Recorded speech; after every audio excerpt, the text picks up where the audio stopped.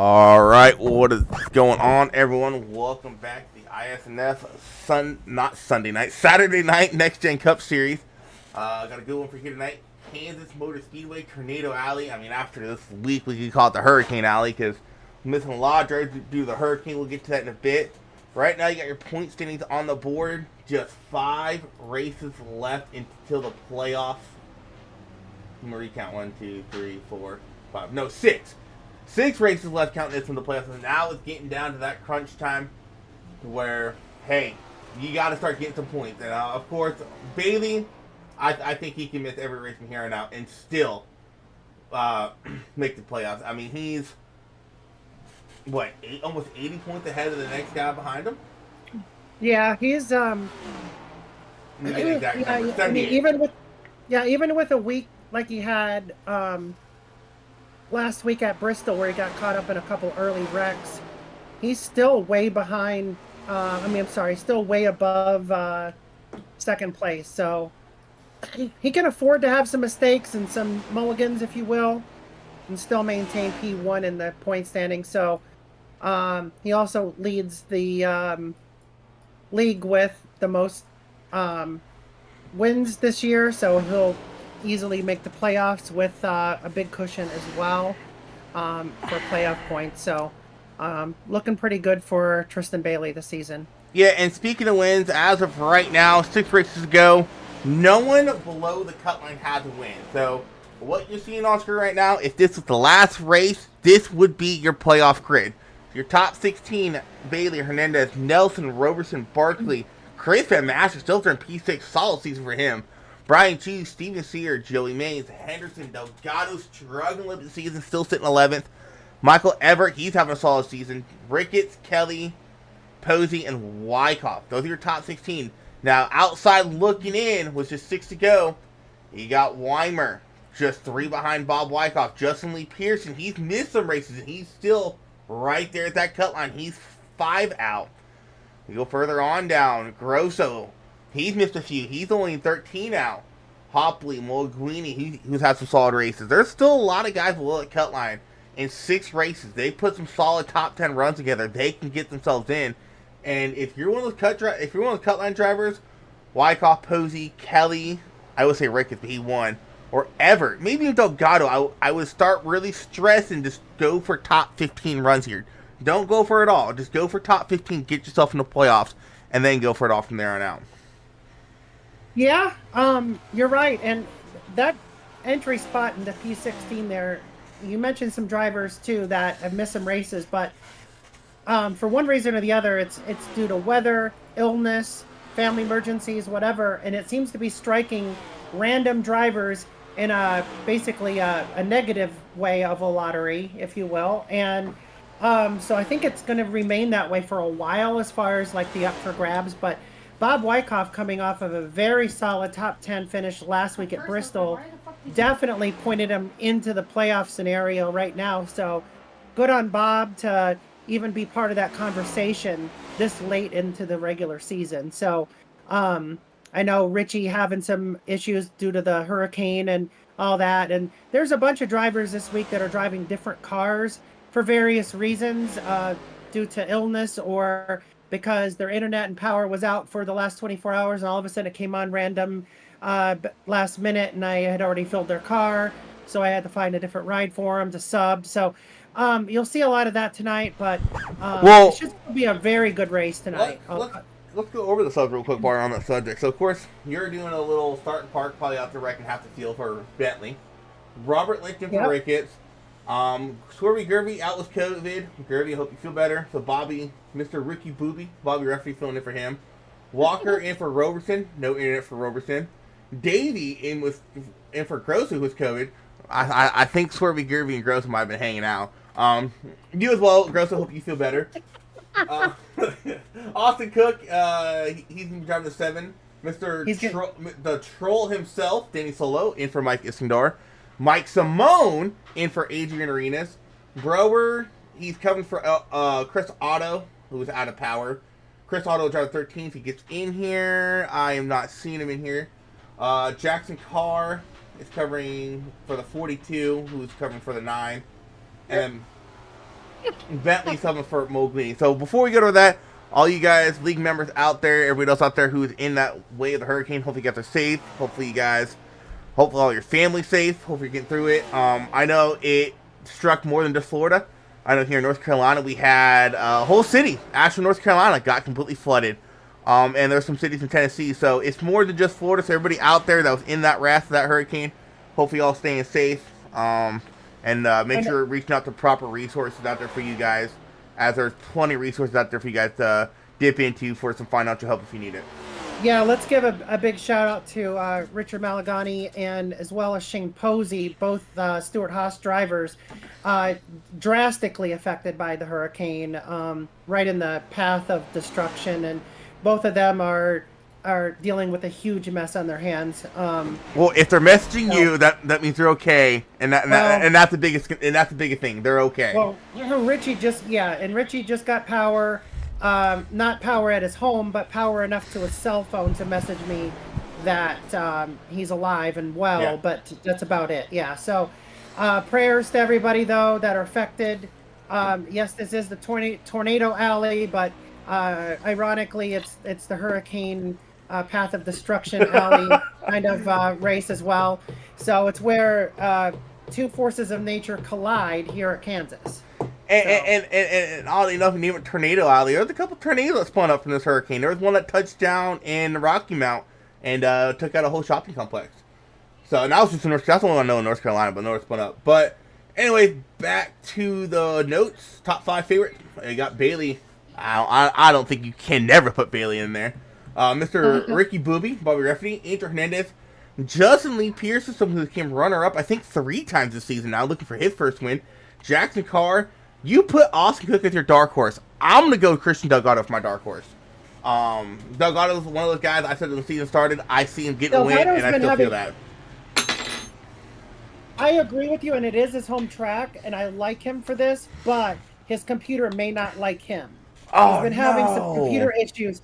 Yeah, he's been having packet loss issues, and he's even reinstalled iRacing here as of late, and he's still having some issues off and on. So if he can maintain his computer gremlins being held in jail for tonight, he has a very good shot. Otherwise, that he may be plagued with some issues. Also, going into next week, a little flip of the schedule. We flip the Roval for Dega. I am flying back home, going to see some family for break, and then we are driving nonstop from Washington to North Carolina next Sunday. So I will not be in town for next week's race. So that'll be fun. But they're going to be racing at the Roval next week. I'm pretty sure if Eric Blixit races, he's going to go dominate like he did at Watkins Glen. And practice is over with, so we'll get these guys qualifying started. And 200 miles, 134 laps. Real quick stage breaks. I don't gotta look at it. I think it's 30 and 60, or it's 40 and 80. 40 and 80. I think 30 and 60 works better, but it's 40 and 80. So 40 and 80 stage breaks. 4 extra tires, 60% fuel. We won't be able to say this after the season, Rhea. Geico restart zone on. That is gonna be so weird that it's not gonna be the Geico restart zone. Because as long as that restart zone's been in, correct me if I'm wrong, but it's always been Geico ever since they introduced the restart zone. So I believe you're right, and I'm curious to know if there's going to be a new sponsor, or are they just going to name it the restart zone? Yeah, is that what all they're going to call it? I don't know. I've always liked it because I have felt that blue that they paint kind of works with every track. I don't know if you get another sponsor, if you put another color there, if it's going to look right. Maybe that's because we've always seen it blue, but I don't know if I could picture the restart zone being yellow or white or something. I don't know if that would look right to me. Well, maybe they'll get another blue sponsor like Allstate or Progressive, maybe. Or Progressive, or So, but maybe Ford. Ford would be better. The Ford restart zone. Oh, I'm about to boot you out of this booth. Shut the hell up. Gotta have a whole row of blue ovals. That would be great. Real quick, while qualifying's underway, we do got some wind out here tonight. 12 miles an hour. Not sure which way that is blowing. I heard a lot of drivers complain it being tied off through 1 and 2. It's a north wind. It's a wind coming straight out of the north because of that. Just because the way the system is right now. Okay, then that might be what's causing me tied of 1 and 2. So track temp, a cool 86 degrees. I don't believe this track is going to go into night. It is not. So Central time zone, that would be why. no night racing here tonight, which kind of sucks. I've always liked Kansas at night. We do got qualifying underway. Let's go ahead and pop up our tower, like I always do for qualifying. And currently, no shocker there, Tristan Bailey on the pole. Now, did you go over all of the favorites to win here tonight? Yeah, I listed all 5 of them off. Okay. But for next week, I know Danny Solo's really looking forward to the Roval, so you definitely want to put him on the list for next week at the Roval. Well, they get broadcasted. So. Oh, I know. And then we come back to our full length 500 mile, 500 mile. Cause it used to be the Aaron's 499. But yeah, 500 miles next week not 2 weeks from now at Talladega, full length race. So we'll have a fast pair and all that fun stuff going on then. Oh yeah. That'll be an interesting race. I'll be racing it. There's no skill at Super Speedway, so that puts me in contention automatically. I'm about to leave. I swear to God. Anyway, Bailey currently gets up on that pole position. Davey Hendricks right behind him. Jackson Brewer matches Hendricks' time. Robert Lynch and John Hopley. John Hopley's been a qualifying machine this season. Another top 5 for now. He's got to start putting their lap times in. I know. He's one of those drivers that puts 200 or 300 laps of practice in every week, but he does it without anyone else on the track. So and Davey just snagged a pole. Davey Hendricks, yeah. That's one I've got on the list. Well, I just grabbed 12th in qualifying. What is going on with that? I don't know. Andrew Hernandez struggling. He's P10. Michael Everett, he's top 11th now. Hoppling 9th as these guys start getting a lap to come in. Barkley goes 5th quickest. Let's go ahead and follow Curtis Kelly. Right along here is Curtis Kelly. Wrong camera. There we go. I always like this guy with camera because it really shows you how the banking is on all these tracks. Mm-hmm.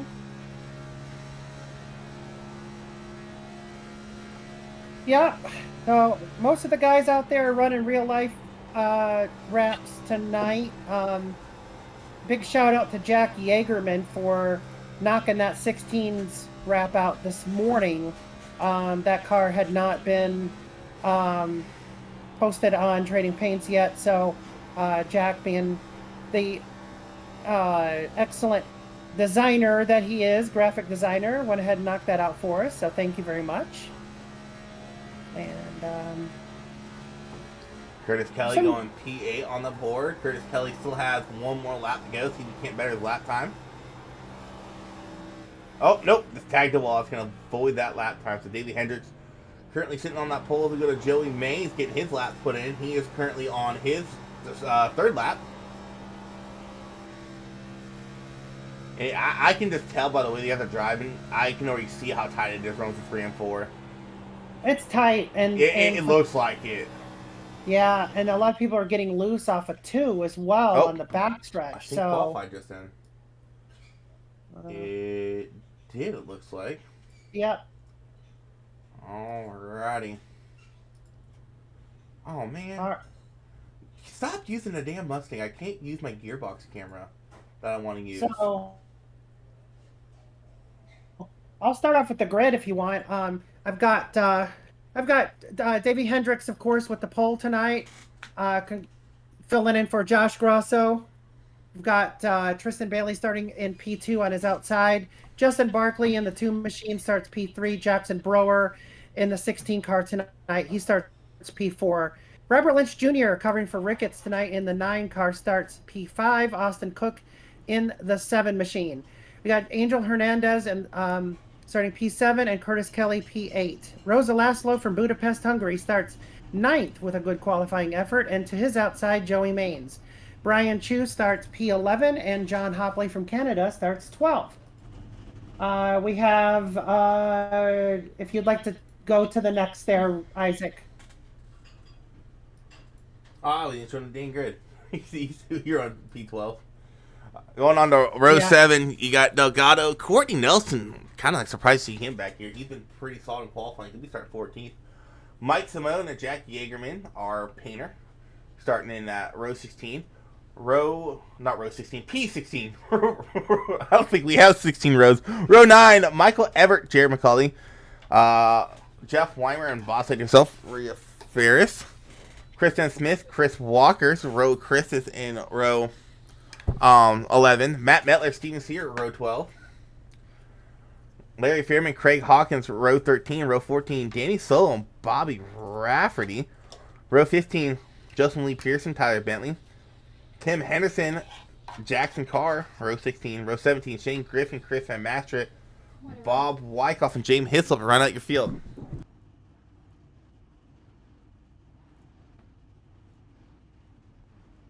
What are you seeing for the car number 7? Second. Any numbers showing up for him in the overlay?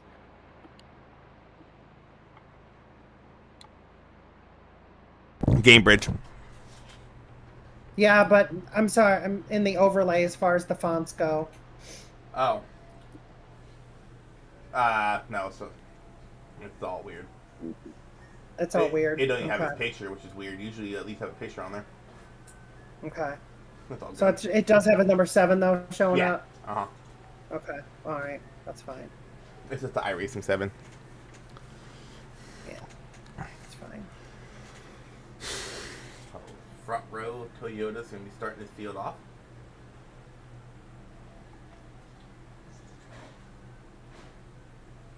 Oh shoot, I gotta go.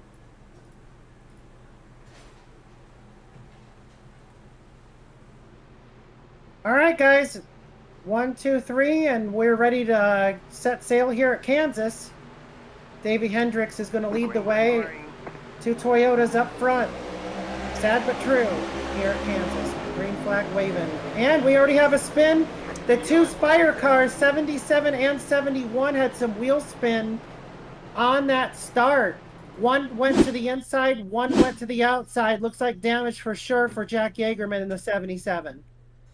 Well, that didn't take long. 2 Spire cars may already be out of the race at the drop of the hat. That was... Did Yeagerman... What happened? He just snapped on him. Craig Hawkins is showing, too, that he was involved and he went to the pits, if you want to check that one out. Craig Hawkins driving the 84 car tonight. That was such a weird spin because... That was weird. He shifted up, went into third, it went, and then spun. That was the... Wow, that was really weird. Did he get tapped, or did it just... What in the world? McCauley involved. Yeah, let's go on board here. Not on board. Chopper view of the 7. See if we can't. 71. See McCauley in 36 trying to make it through. Just barely got clipped in that right rear from the 71. McCauley, one of those guys outside the playoffs, currently at 14. He barely makes it through that wreck. The 14 of Rhea Ferris, yours truly, barely made it through as well. In fact, I had a front row seat to all of that. Probably, actually, a really good cockpit view to replay. But, yeah. Well, let's go ahead and pull up the cause of that wreck. Let's go ahead and drag up Mr. Jack and get Jack's side of the story. What is going on, Mr. Jack? You there? Brother, just mechanical issues, man, on my end, like PC shit.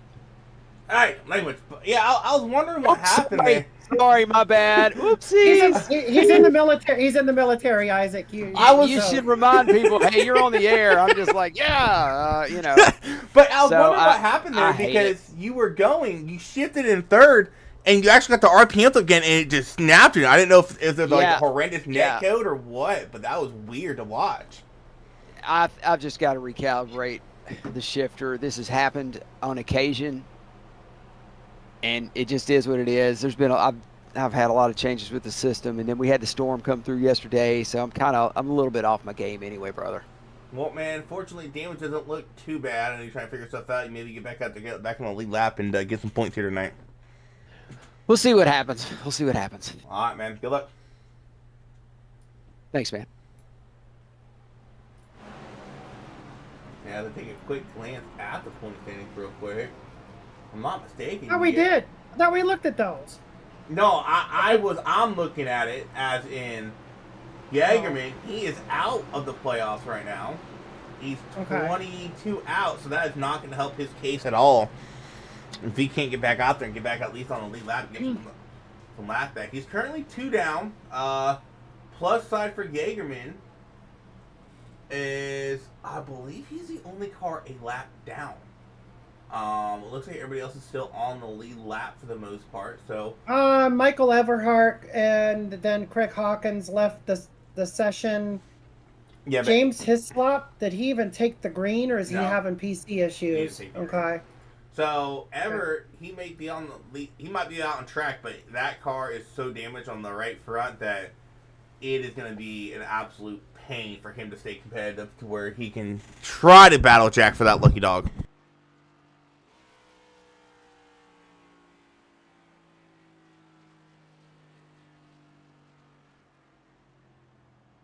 I know Jack Jagerman just got an EOL, possibly for damage or to serve a black flag or something like that, I'm being told in the chat. He don't have no damage. I'm looking at his car and let me get some like suspension views going on it. He hit on the left front. There's literally no damage on that car. None. Like I said, so plus side for Jagerman is the only car that he can battle for position is really, really hurt right now. So we get a quick caution and Jagerman can get through it without taking any contact. He can get one lap down, and from there it's pretty easy to get back on the lead lap. I will say this. Yeah, he can. Especially if if we have another early caution, which I hope we don't. We do what so based on some of the other broadcast notes in there, we do have an average of 10 cautions with counting stages here at Kansas, and we average about 18 lead changes. 7 races so far run at Kansas in the ISNF Cup Series and 5 different winners. The only repeat winner that I saw was Chris Worrell from back in the day. Austin Reedy was the most recent winner. He's not in today's race. However, Jackson Carr is, and he is definitely good at this track. So, yeah, couple races, yeah. So look for him to be strong here tonight. Did the green get delayed? Yes, it looks like. I'm not sure why. There might have been a car stopped or something, or I'm not entirely sure. I will say this, that 16 scheme, I kind of like that. Well, Jack does very good work. But he said it was kind of it was a pain in the butt. He said he was going to be honest. It was a pain in the butt, but he did pretty solid job on it, I think. I'm just talking about like just overall, like I love that scheme. I know they ran. Who ran the Mountain Dew Cheeto scheme last week? That was a pretty cool scheme too. Solo was driving it because the 31 wasn't able to make the race. It wasn't able to make the race last minute tonight either. Had I known that, I would have put Solo back in the 31. Yeah, that's a pretty solid looking car too. Not as good as last year's Mountain Dew. Yes. But that was the Bristol Dirt scheme, though. Yeah, it was.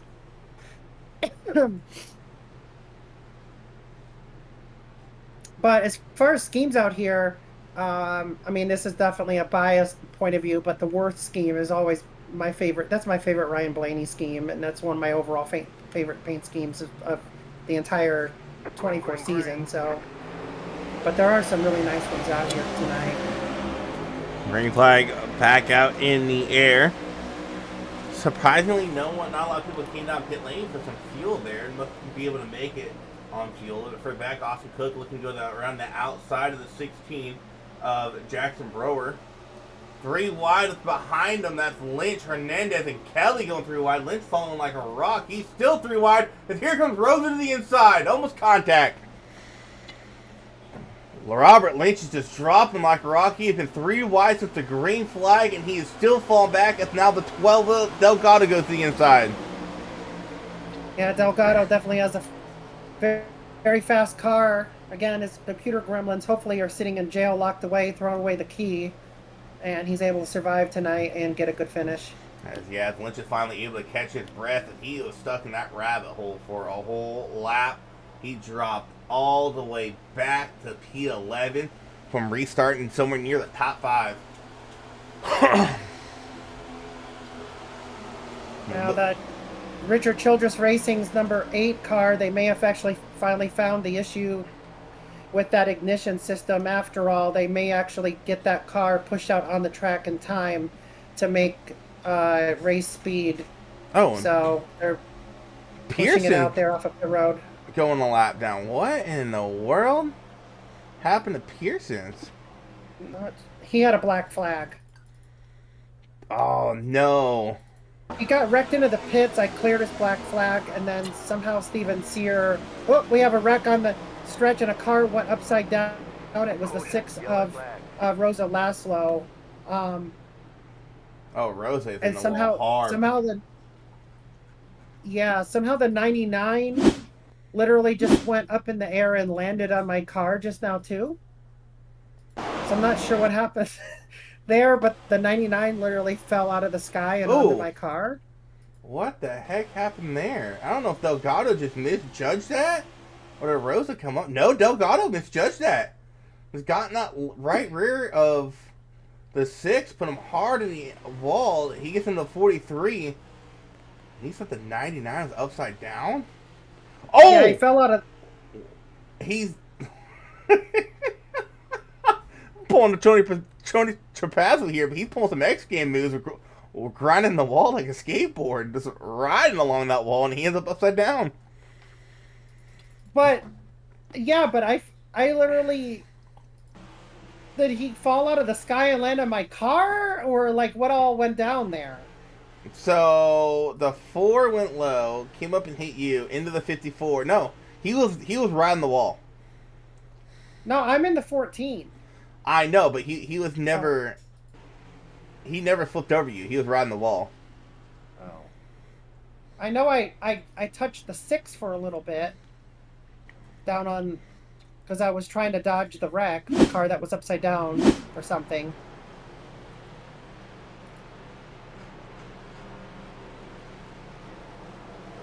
That should put Justin Lee Pearson back on the lead lap. If he can get his lucky dog, he can get back on the lead lap. Davey Hendricks still leading the way in that 23 machine. Yeah, that was pretty wild. We had a couple cars there that were not going the right direction, if you will, as far as up and down and round and round.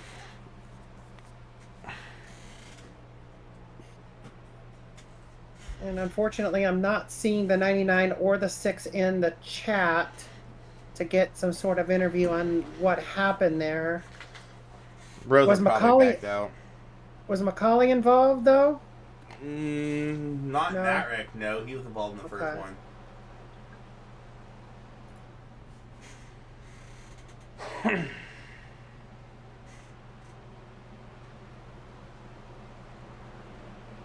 So some pretty interesting things and excitement going on here early in this one.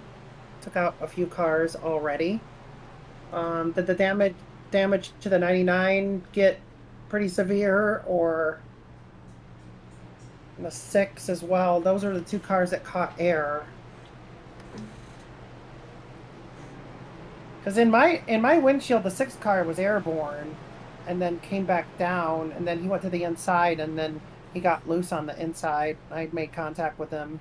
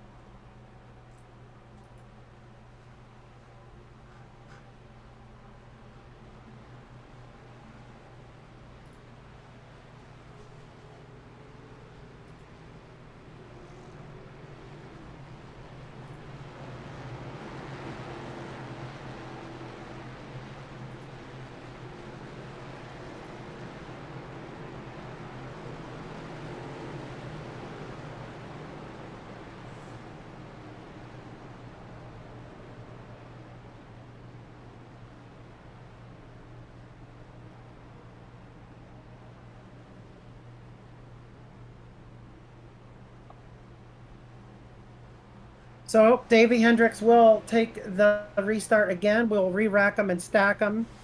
Here, going into lap 15, we do have a signal for 1 to go. Lights off on the pace car this time by. And hopefully we can stay out of trouble. Yeah, Davey often choose that inside, not inside, outside lane here on this restart. Smart move because it's one, the outside lane I think it's preferred here, and two, when you're on that front row restarting, it's a lot harder to judge where you're at and when the leader's going when they're on the outside. It really is. You know, because I mean, obviously, I restart on the front row a lot. So how would you know? You're never up front. Green flag, green flag. And if I back out in the air, them fighting words. 25 to go here in stage 1. And actually, the 20 of Bailey got actually a pretty good launch in that restart. They're actually going to pull even with Davey Hendricks rolling through 1 and 2. Davey, though, going to possibly have to run a corner exit. No, Bailey able to slide in front of the 23. Tristan Bailey's the lead.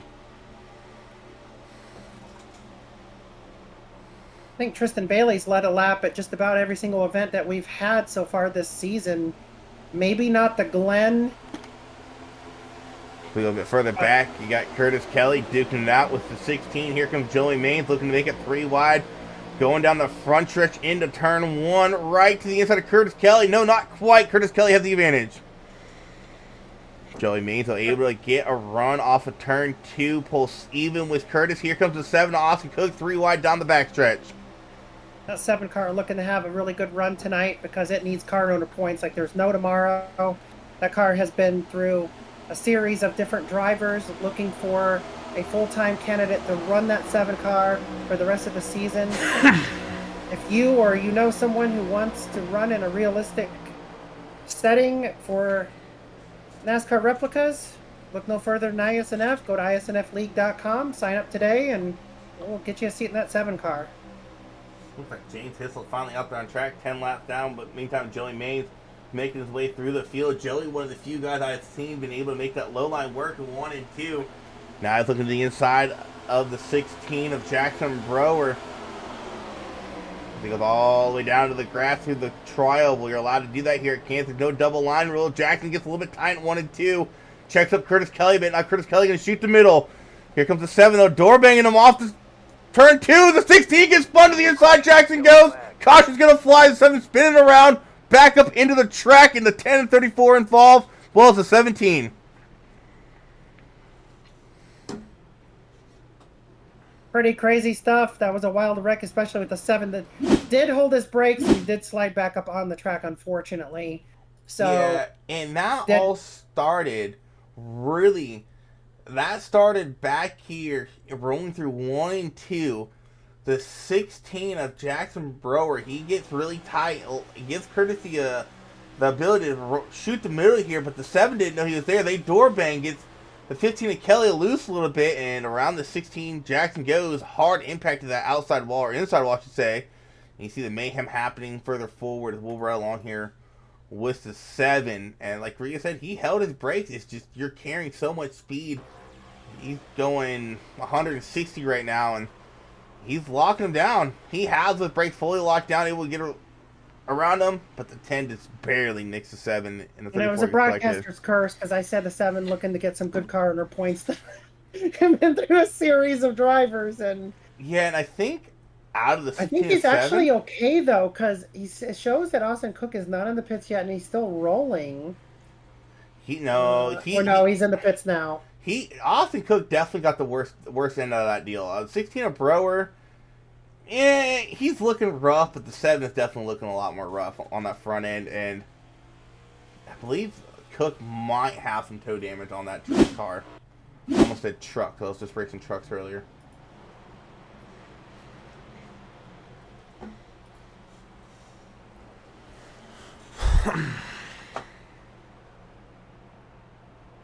So, well, there goes Austin Cook putting it up on the hauler. 7 car had a short night. Didn't get quite the owner points that they were looking for. And again, we need a driver for the car full time. Sign up today.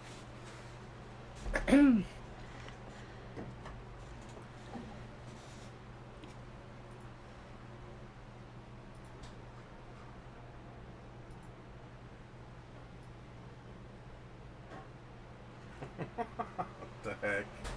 Kristen Bailey, Davey Hendricks, Angel Hernandez, Justin Barkley, and Joey Maines are your top 5 right now. Curtis Kelly, Jeff Weimer, Robert Lynch Jr., and Jackson Carr, as well as Courtney Nelson, round out your top 10. So, your biggest mover so far in the race is Jackson Carr. I mentioned him earlier as being a former winner 2 years ago, driving the 42 car tonight. He's up 22 positions since the start of this race. So good on him to dodge the wrecks that have been set before him and to, leapfrog over a lot of those drivers, as well as some green flag passes as well. Jackson Carr looking to have a solid night tonight. And speaking of car under points, that 42 car, that car really needs some good car under points. Stop it! You're in jinx that one too. Wow. That one's a Toyota, though, so I don't mind jinxing it as much. But, Jesus. By the way, I mean, look at that 2023 and the 45. Look how amazing they're doing right now, Speaking of Toyotas and jinxing and stuff, and they are doing great. Phenomenal. Mm-hmm. Yeah, so is that too, Justin Barkley. You like Justin. Don't be doing that to him. And another Ford doing well at that 15 at Curtis Kelly. Weimer, he's doing well. That's another Ford running strong. Come on, we can get these Curtis coming. Well, the Fords run strong no matter what. Okay. You know what? That's just the given. Only if it's a super speedway. No. I hope Joey Logano gets wrecked tomorrow. I hope he doesn't. And if he does, I hope he wins Talladega then.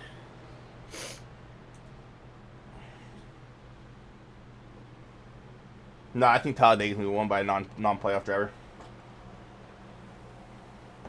Yeah, somebody like an Eric Jones or something like that will just pull out a fluke win. Yeah. I watched someone like Ty Gibbs, who was just eliminated win. kind of like last round, the second race of the round. Chris Buescher, who should have made the playoffs twice this season, wins walking the Glen. Yeah. If you would have told me after Kansas and Darlington, Chris Buescher missed the playoffs, I would have said you were high. But yet again, if you would have told me someone like Chase Briscoe wins Darlington, I'm like, yeah, okay. Or if you would have said Harrison Burton or Danny Suarez or some of those guys make it, I don't know. Or if Suarez makes it and Chastain doesn't, I would have said you're high too. I'm just surprised Kyle Busch missed. But anyway, his green flag back out in the air. Just barely leads the green. Right behind him, he has his alliance. Actually, not his alliance. He has two alliance mates behind him. But someone he has been working with all season restarted behind him. That's Angel Hernandez. Him and Angel have been working really solid together. Angel's able to get on Bobby Rafferty. Now, not Bobby. That's Davey. Now Davey has Joey Maines to his inside coming off of turn 2. I still think Kyle Busch is going to pull out a dub here before the season's end, though, by the way. Keep the streak alive, but that's about all he'll make of the season. He's going to win at Vegas. I'm calling it now. That's a pretty good shot at it, yeah. He runs good there. But, speaking of who runs good, the 20 car is definitely leading the way, as he does most at every other event. Davey Hendricks is able to not get around, but hold off Joey Maines. Joey Maines, solid night for him, running P4. Here comes a couple of fourth behind him. You got the 2, the 15, the 22 all in a line back here, working their way back up to the front. The 15, and Kelly gets loose. Does he save it? He does. What a save by the 15. Wow, I thought that car was going to the outside wall. Curtis Kelly, Oh, and he gets into the one, entering the corner. Very skilled driver, so if there's anybody that can save the car, Curtis Kelly's definitely right there near the top of the list. Let's go back and watch it. With that retribution, did the one get into him, come off the corner, and he was trying to get back at him? Here they are coming off of turn 4.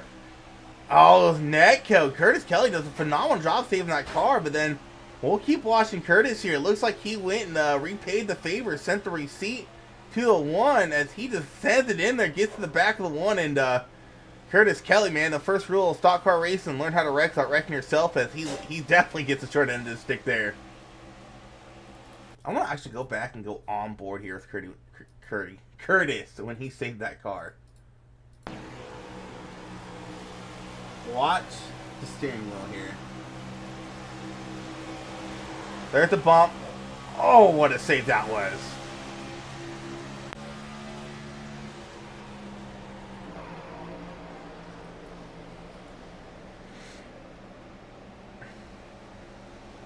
Back to the action. Tristan Bailey leading the way. Curtis Kelly looking to the inside of Robert Lynch Jr. Jagerman able to get one of his laps back. He's now scored only a lap down. Actually, the lead lap down car right now. We're able to get a yellow soon, or stage break yellows. I don't think these guys are anywhere near another driver to put them a lap down. He'll go ahead and get that lucky dog and get put back on the lead lap. Yeah, no, they're nowhere near a lap until maybe the 17 is coming down pit lane now, but he's already 7 laps down. So who's the car that's the first one lap down then? Jagerman. Okay. Yeah, he's a lap down. Well, he got a lap back somewhere. Delgado's 2 down. McCauley 3 and Henderson's 4, and everybody else is. How did Delgado get 2 laps down? He got caught up in that wreck where the 99 went on his roof. He actually started that wreck. Delgado, I'm not saying that to be a dick. I'm just saying that no, you're the one that started it. I wrote it. I wrote to Mike and I asked him. I said, I don't know what happened there. If it was a glitch or net code, or he said it was a chain reaction of a bunch of things. So there must have been a 12. Yeah, it must have been the 12 that I didn't see was involved, and among other things. So I swear things were falling from this. Oh, we have a wreck. I believe it is Curtis Kelly in the 15 car. Backed up against the fence, facing the wrong direction. It is Curtis Kelly. It is. Oh, what do you know? He's around his buddy, Danny Solo. Oh, that's right. Those two hate each other. All right. Well, drama from seasons ago unfolding here is Danny goes down and he doors the 15 not giving him a room. And Danny's like, well, I had the fault out in the 15. He just kept coming up, and Danny had nowhere to go. Well, I mean, Solo is one of the cleanest drivers in the league, if not the. And it's just, it's just a situation where if you don't leave him enough room, and there's just not enough room, and then that's just it. Well, I want to rewind. I mean, it's just like when Chris wasn't giving him enough room at Bristol a few seasons ago and kept wrecking Danny Solo. I mean, if you don't leave him any room, he's going to end up, crashing into things. So, trying to see if there's more to this. As, oh yeah, Kelly came up and put Solo in the wall. Solo came back down, gave him a little a retribution door bang. Nothing major there, just hey, you tagged me, I'm gonna tag you back. And I guess Kelly just kept trying to turn up the track and put Solo in the wall, and ended up spinning himself off of Danny Solo's bumper.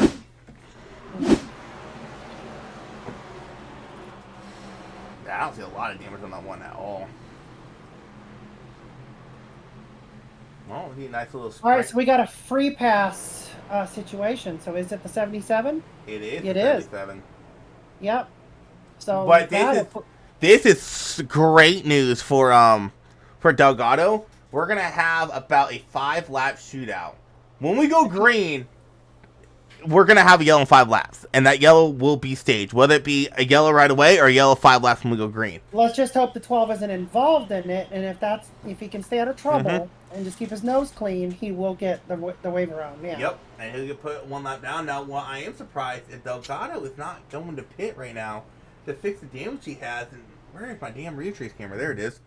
Delgado still has a lot of right front damage on that 12 black and white Worth machine. The 99 has decided to put it on the hauler and head back to Trackhouse headquarters in North Carolina, so they're calling it a night. The 11 car has also put it on the hauler and heading back to North Carolina. So most tracks they have the tunnel, right? And then you have the tracks that once you're there you can't leave, like Bristol, Martinsville, Wilkesboro. I'm probably forgetting some. What if we just start penalizing drivers a ton if they leave a race early when they get wrecked out, because technically they can't leave at those tracks. Be like, nope, 20-point penalty. You're not allowed to leave the track because the track's closed off. Okay, don't Well, do that. that is a realism factor. So. Don't you do that, damn it! I gave her an idea. Crap. Thanks for the idea. I appreciate that. I think I might actually enforce that. No, next season. no, don't do that. Yeah, I'll get with Sear. We'll add that to the rule book for next season. No, I tell you this much. I'm racing next season, and I have to sit there and wait. You better bet your ass the guy who wrecked me is getting wrecked. I like the ability to leave the race and cool down.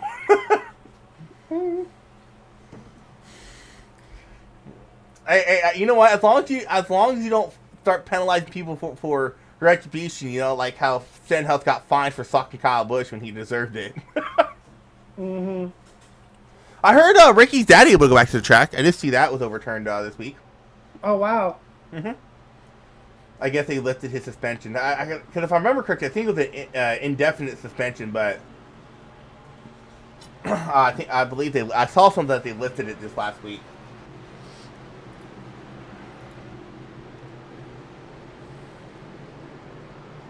So what do you think about the change with the Chevy model going forward in NASCAR being just called Chevrolet and not Camaro anymore? I mean, there's nothing they can do just because of the fact Chevy stopped making Camaro.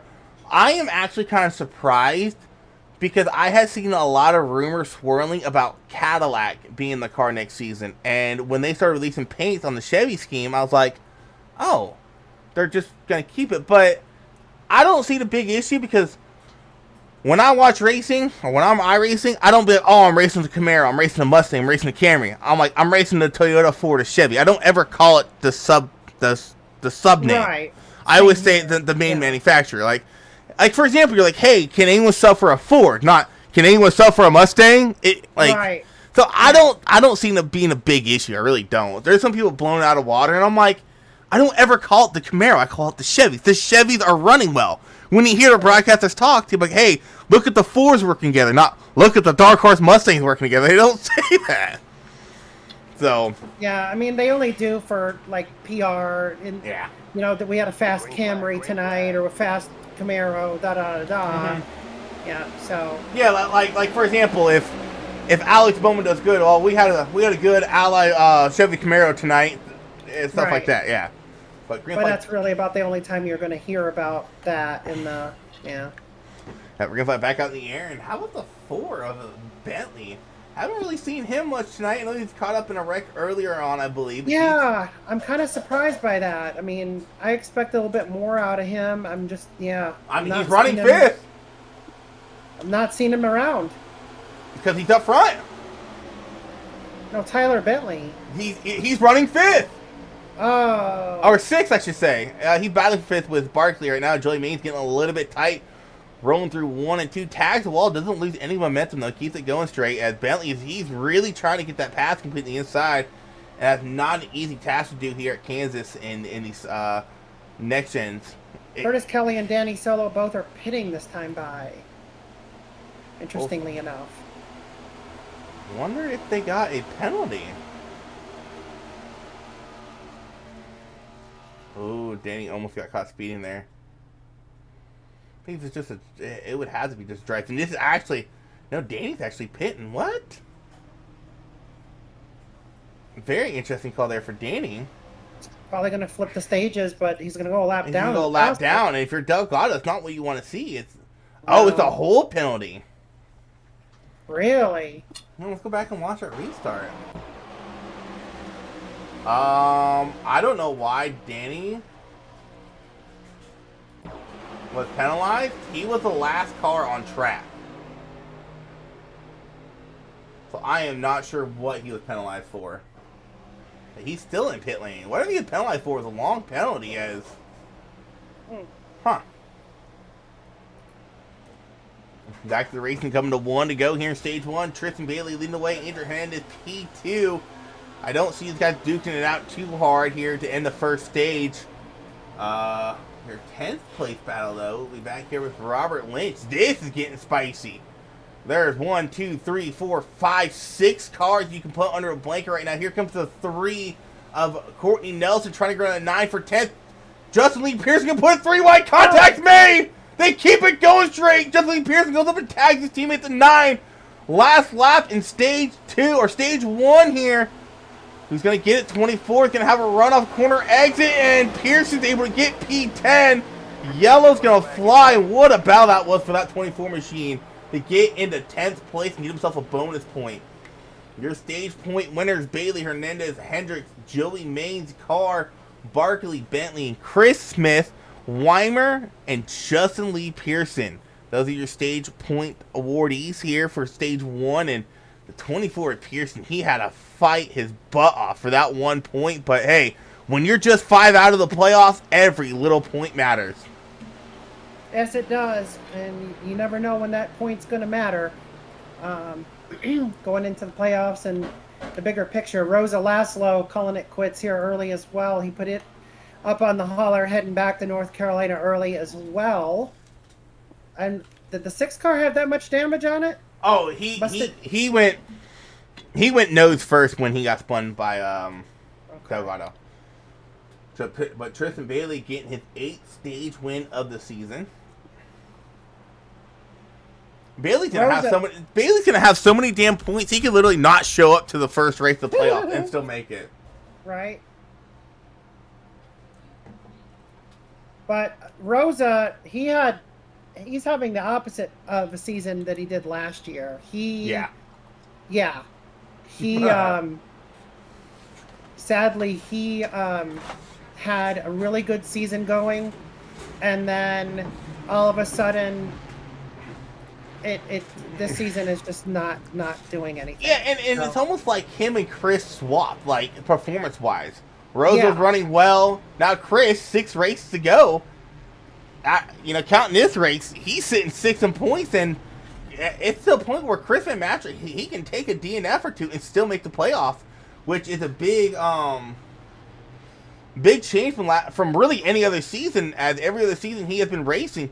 He has been fighting tooth and nail to the very last race to make the playoffs. And this season alone, big change to that 38 machine. Yeah, he's also been catching some lucky breaks here and there too, though.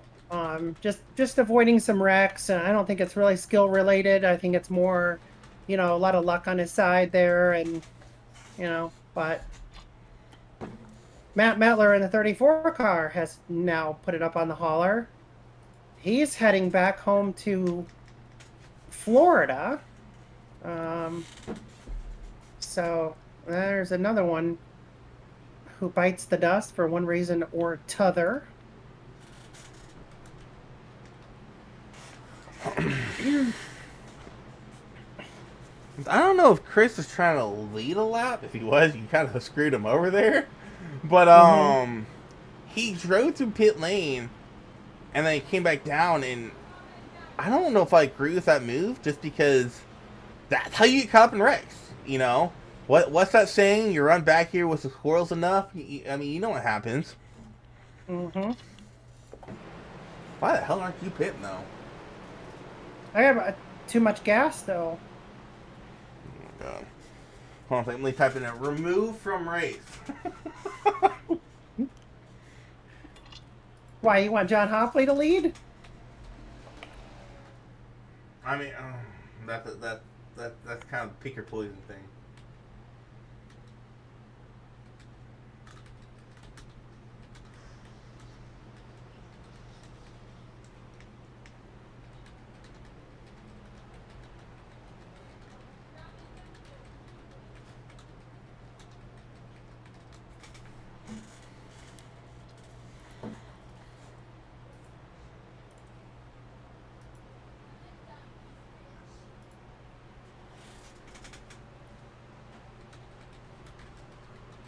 Shit.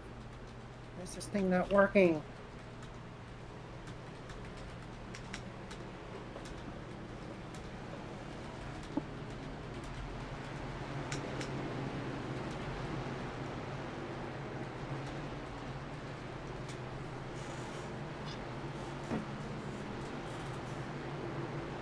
Delgado was saying that I screwed him out of getting his lap back. because you and Hopley stayed out. So Delgado. Well, so really, so.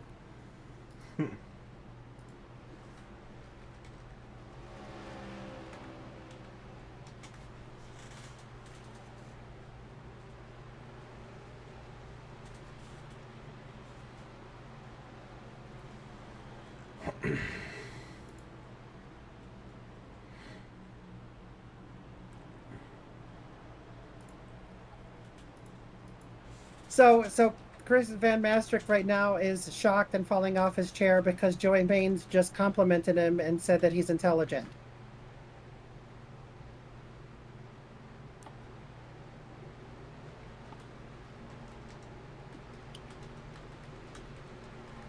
So Isaac, you were saying earlier that I never get in the Geico restart zone. So here's an opportunity where I am. Don't hit the wall. Green, green, green. Oh wait, we're not at Monza. Never mind.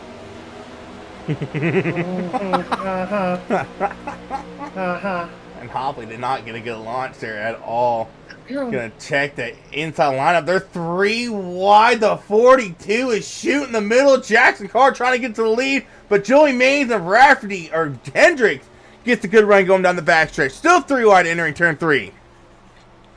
Joey Maines finally able to clear that 42. He's gonna slide up in front of the 2 of Barkley. He does come off a turn 4. Joey Maines trying to get back into P4 where he was running. Putting some moves on Jackson Carr. I'm kind of surprised Jackson Carr's racing Joey like this. Me, Jackson Carr, and Joey, we all had some fun talks last season, kind of BSing with each other. Joey Maines slide right for an Adrian Hernandez, gets a bump down the backstretch. Gonna get him loose. Here comes Jackson Carr. Joey Maines did the whole slide job right in front of the 45. Contact between Rhea and the 42. He saves it. This woman's over here giggling her ass off. Can't keep it going straight. Oh, Joey Maines into the wall. It was not my fault, Joey. I had nothing to do with it. I promise. It's like contact from a 45 as here comes Justin Lee Pearson shooting the middle in between Rhea and his teammate Joey Maines. Here comes Jack Yeagerman back on the lead lap. Contact between him and the 21. 21 gets in the outside wall. Holy cow, these guys, man. Keep it going straight. We're only on lap 47. I'm going to help a race, though. I don't have any tires left or something. Where'd Joey go? Oh, there's Joey.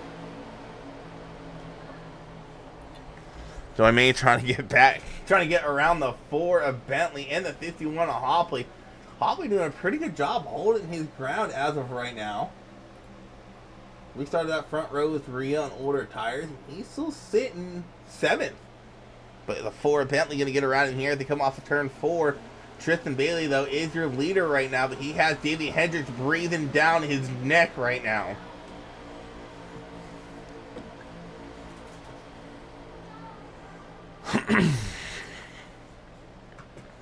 We mentioned Jackson Carr runs well here, and we haven't seen Jackson Carr in a couple weeks, and I think this has been the competition that Bailey, he's kind of been able to escape from this season.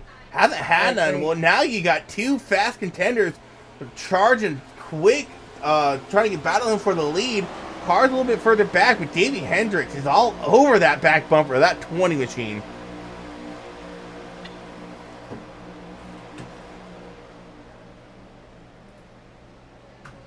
Yeah, we don't see a lot of Davey Hendricks racing in this league, but when he is here, he's always fast. So that's one you never want to rule out when you see his name up on the screen. And Jackson Carr, he, I think, won the most races last season here in ISNF. Being part-time, he wasn't able to compete in the playoffs for the championship. However, he still lit it up anytime he was behind the wheel. Yeah, so. It is a Toyota 1, 2, 3, 4. Jackson Carr's working around the 23 of Davey Hendricks. Andrew Hernandez right behind these guys to watch them battle it out. And this is something Angel's really done really his whole career here, and I can't even say ISNF, just iRacing in general, but kind of sit back, he'll let you battle it out with everybody around you, and at the end of a green flag run, Angel will have the best tires. As you see these guys duking it out for second, Angel's just chilling back there, like, all right guys, use up your tires, I'll be here waiting. And Davey Hendricks, he is someone that's really hard to pass. I think he got in the wall there, come off of turn 2, let Jackson Carr get in that P2 position. Now he's on the back bumper of Tristan Bailey going into turn 3.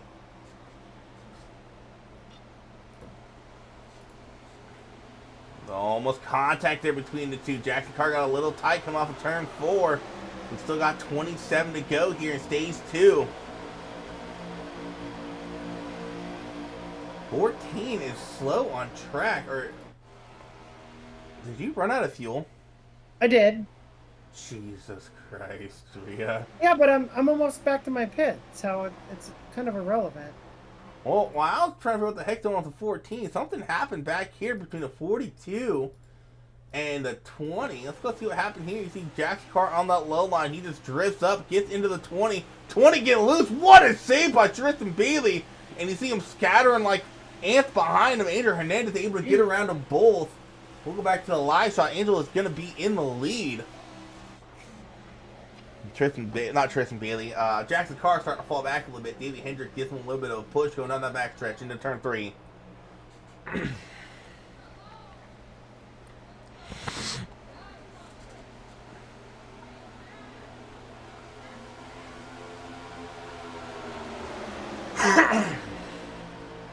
'71 car sitting on pit road for some reason. He was involved in a wreck earlier, I believe. I think. I don't know. Well, let's see. I don't know why when I clicked on exciting went to a car all by itself, but we do got some exciting stuff going on here. Curtis Kelly is in front of the 36 McCauley. Here comes Steven Sear looking down low. Where did... Oh, there it is.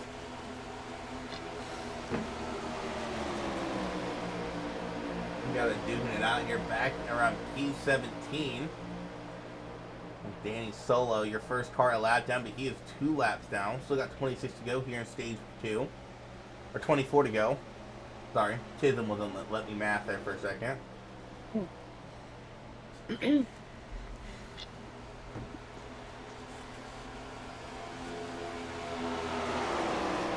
Tyler Bentley, he has made his way into 5th. Got around Justin Barkley that last time by.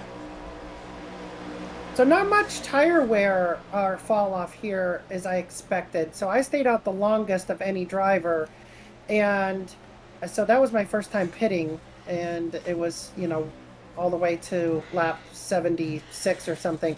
And 57, but I digress. So it was 83% front right, 93 right rear, 85 front left, and 89 left rear. So not as much tire fall off as I would have expected at a tire fall off track. Because these next gens not about tire wear, it's about heating the tires. Everything rides around the heat in the tire. And it was around lap 50 or so, yeah. So I misread that. I read the to go instead of the lap number. Well, you're saying tire fall off is a big thing. Let's take a look at this real quick. Whoops, wrong one.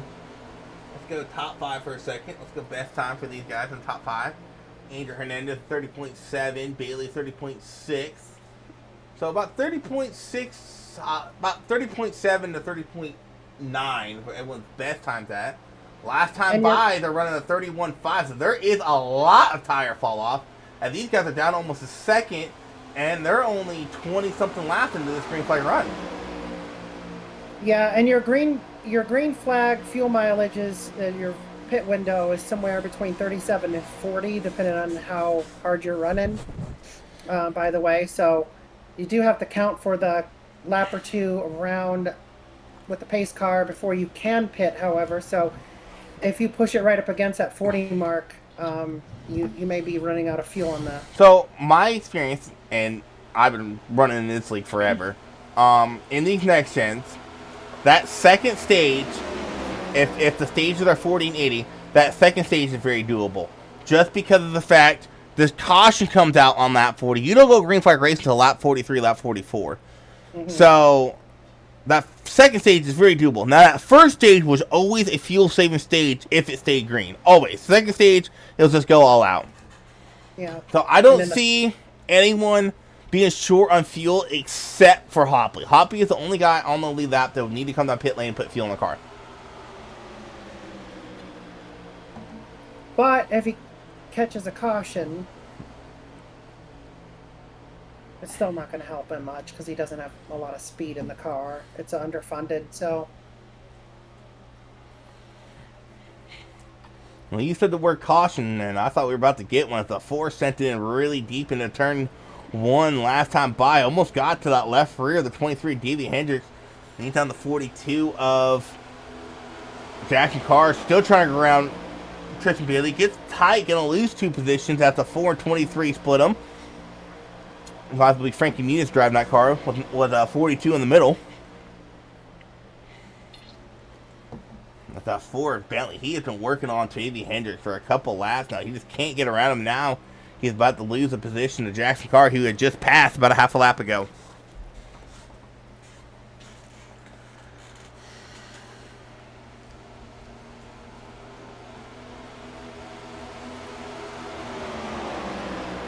Angel Hernandez, Tristan Bailey, Davey Hendricks, Tristan Bailey, or Tyler Bentley rather, and Jackson Carr, your top 5. So, any surprises up near the front tonight, by the way? Anybody? Right now,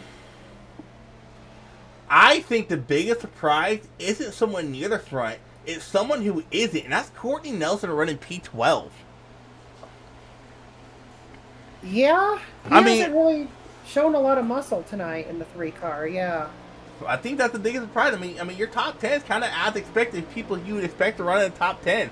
Hernandez, Bailey, Hendricks, Bentley, Carr, Barkley, Rafferty, Pearson, Maines, Weimer is your top 10. Choose 11th. So really your top 11, I mean 12th you count Courtney, but usually Courtney's running top 5, top 3.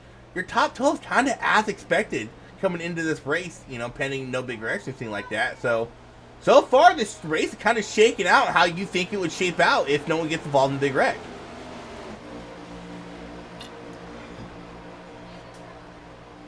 Robert Lynch Jr. in the 9 car, he's holding on to a pretty solid top 15, and that to me is a little surprising just because he doesn't usually run that well, but he is running in better funded equipment. There's no such thing as better funded equipment. I race. Everyone drives the same damn thing. So he normally runs a Legacy Motor Club car, which is Toyota and very underfunded. So it being in the 9 car for Hendrick, they got the illegal louvers and all that stuff going on, so he's got a much faster car in today's race. So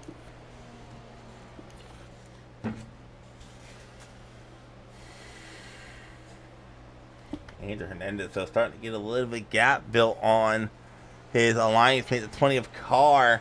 Now, one thing you keep an eye on, we got 12 to go in stage 2 this time by. Angel's starting to kind of catch that 16 who was the last car in the lead lap, and that's not something that Danny wants to see as he has scored 2 laps down. So he's just hoping either the 16 can hold off Angel for 12 more laps. Now, Angel's about a straightaway behind him, but he has been catching them, or a caution comes out. I say we're going to probably stay green. John Hopley brings the 51 machine down this time by.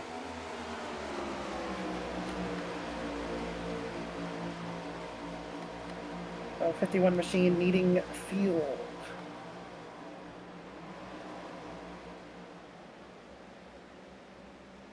Yeah, and that's no shocker, as Hopley was the kind of the guy I had already said that's going to need the pit for sure before the stage is over. Pretty a little bit earlier than thought you would have to, but pretty sure Hopley's last pit was the last caution of cause on lap 33.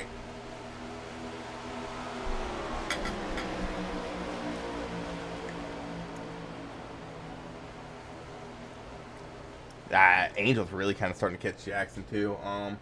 Let's switch this up real quick. Pull up the power real quick. Look at them last time by.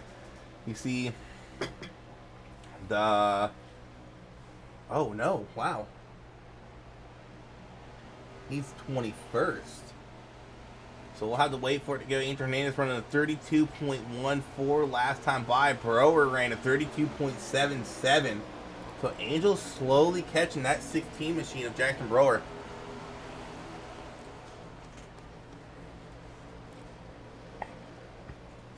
In the meantime, though, Tristan Bailey, he's caught that back bumper of that 45 machine. For Angel Hernandez, Tristan Bailey looking to sweep the stages here, get his 9th stage win of the season. That is Angel Hernandez in front of him, and that's going to be no easy task to get around. Actually, as I say that, Angel Hernandez makes contact with the wall, gets stuck in the wall, and Bailey will slide right past when the yellow comes out. Wow.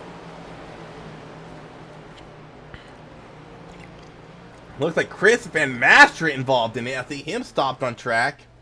Oh, he has a lot of damage.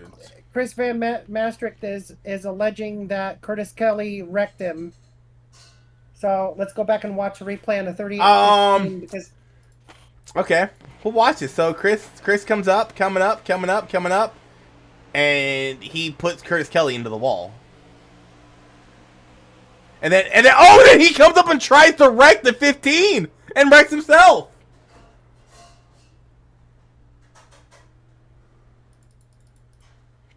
We'll go back and watch it again.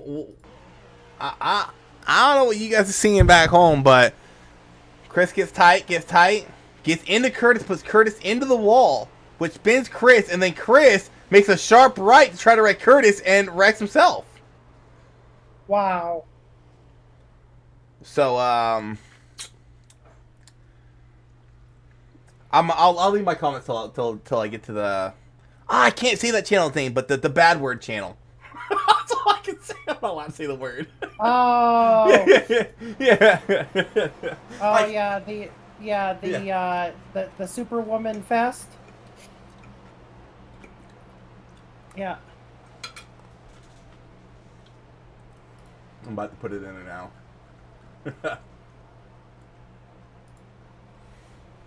And Danny Solo also commented on something there in between the bantering between the 15 and the 38.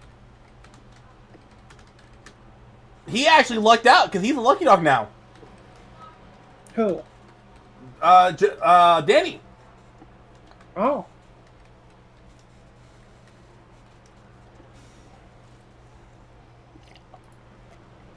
He should be.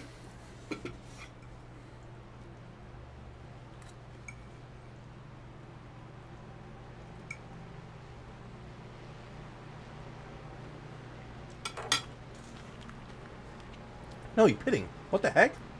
Who? Danny. Huh. Well, point of caution. Let's Yeah, I was going to try to bring somebody up, but I'm digging here. Where's Curtis Kelly? Oh, he's not in channel. I was wanting to bring Curtis Kelly up. I'll have to bring the driver of the number 38, Chris Van Maastricht, up to the booth here to see what was his version of in perspective of the incident here that occurred a moment or two ago. So I believe there was some contact between the 15, the 38, and maybe the 45. I don't know if the 45 got it. Me and the 15 were racing hard. I do need to really see the video before I say too much, but it's just disappointing. We're having a good run for a change, and I think we can get the car fixed hopefully, but go from here. So you said you were having a good run for a change. It looks like you've had a good run all season. You're still sitting P6 in the standings, coming off some pretty good solid runs already.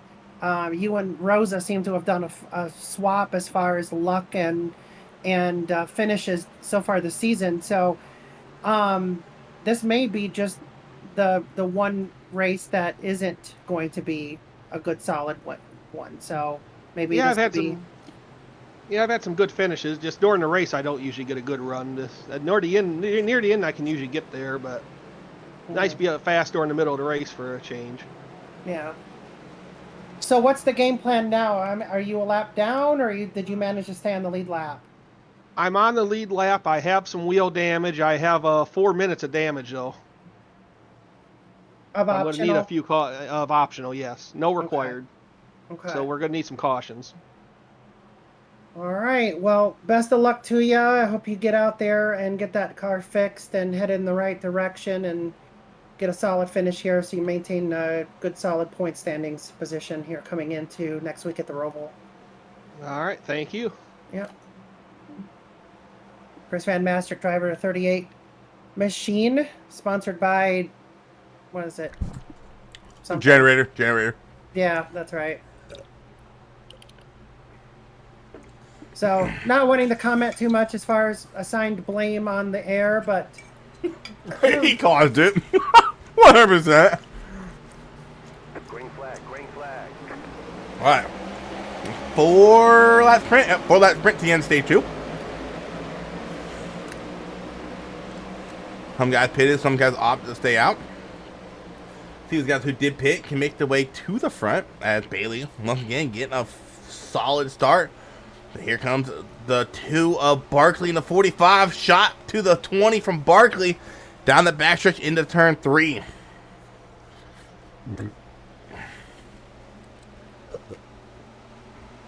Three wide racing behind Justin Lee Pearson to the out, or inside, I should say. Justin Lee Pearson, one of the guys outside looking in, got a point last stage, now looking to get some more. And now he's duking it out for second. Around Angel and Barkley, he goes through 1 and 2. Pearson's into P2. Justin Lee Pearson is... Whoa, there's a big wreck going into 3 here. Looks like 22 car involved. Maybe the 43 of Brian Chu. Yeah, Weimer, Carr, Chu, all slated. Macaulay was involved as well. Oh! I don't think Bobby liked that. Started with the 45 got tight, kind of stacked everybody up. The 42 got a shot. He got loose. Ooh, I don't know if Rafferty came up or if... Yeah, Rafferty definitely came up, and they are 3 wide, and I think Bobby completely misjudged where he was at because he barely nicked the 42 of Carr. And then Carr gets spun into the outside wall. 43, the 22, the 9. They're all caught up in that wreck. Anyone else? And I heard Brian Chu's got some significant damage to that machine as well. Jackson Carr put it up on the hauler. Jared McCauley did the same. So they're both calling it a night early, unfortunately. And that will be staged. So Tristan Bailey sweeps the stages here at Kansas. I think he got lucked out by that caution as there were some hard chargers getting ready to come. Not hard chargers. Justin Lee Pearson, I think, had some more speed than him. But we do got some people staying out. Jack Yeagerman and Steven Sear opting to stay out here. They put it underneath that last caution. And if you're Delgado, you got to be pissed off right now. And another driver who was on the move to have a good night was Brian Chu. He's joining us here in the booth now with a wrecked 43 race car. Brian, is it going to be a tough battle to get that car back on track as far as damage goes, or? Yeah, I think it might be time to go watch some college football. That's a tough break. I know you're having a good run going here at Kansas. Looks like you just got caught up in a mess there. Involving about 5 cars. Yeah, they were getting a little aggressive in front. I saw them getting a little aggressive. I just was hoping to pick the right line, and unfortunately, when you get up top and they start wrecking up top, sometimes it's hard to avoid it. And that's the second one tonight, where just the wrong place, the wrong time. Hey, so real quick, hard impact for you, man. Are you going to the same concussion place that Tua's at right now, or are you going to a different one? No comment. Wow. So before I let you go to watch the Ohio State game beat the crap out of Michigan State, you gonna try to bounce back at the Roval next week, or do you think you'll have anything for him at all? Or Oh God, is that where we're going next week? Yeah. next week's the Roval, and then it's a full race at Dega after that. We had to swap them due to some schedule conflicts with the broadcaster.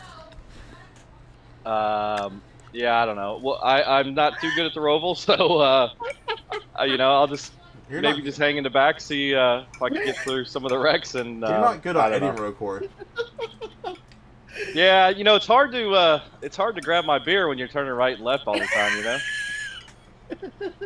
Yeah. I know what you're talking about. Yeah. But I don't know. I may just try to run a few laps. We'll see. If I can get some practice time, I'm not too bad. It's just work schedule's been tough lately, so it's hard to get some laps in, especially on those road courses. Oh, come on. You don't need as much practice as Tristan Bailey and stuff. You can beat him any week. Yeah, I mean, good thing for Tristan. He's so fast at being first or second every week. I think pretty much everyone 5th or 6th on back just gets caught up, and everyone else is dumpster fired, and so it's pretty clear if you're all up front. So good for him. Well, yeah, you know what happens when we run back to the squirrels. Yeah, I don't know. There's some good drivers that kind of disappoint me sometimes too. So I don't know. It is what it is. I'm kind of used to it. So I don't try not to get too mad. You can't hold your breath and have too high of expectations in this league. You know how it's been since day one. It's a roller coaster ride, ups and downs. Every driver at different tracks. Some may surprise you some weeks. Some may let you down. That's just the way it goes here. So sad but true. And if there's any league out there that says that they're not anything like that on a at least somewhat of a basis, they're lying unless they're the eNASCAR Coke Series. Or something no. They've had some really sketchy races this season. Oh, okay. Oh, yeah. Maybe even them. So, Brian, good luck. Go Ohio State. We'll talk to you later, man. Go Patriots. Go Canes. We got lucky last time. I'm surprised you didn't mention that one. Hey, how about the Florida State Seminoles, buddy? I'm a Hurricane guy. We got lucky. Oh, that's right. You're Miami fan. Everyone was giving me crap this morning because we got lucky. But a dub's a dub. I'll see you later, man. All right, Brian Chu. Pacer's going to pull off. Sear and Jaegerman going to start us here for this final stage. Choosing to stay out. Joey Mays be right behind him. I think Joey may have stayed out as well. Maybe Joey just took 2 or maybe none. Maybe just took fuel.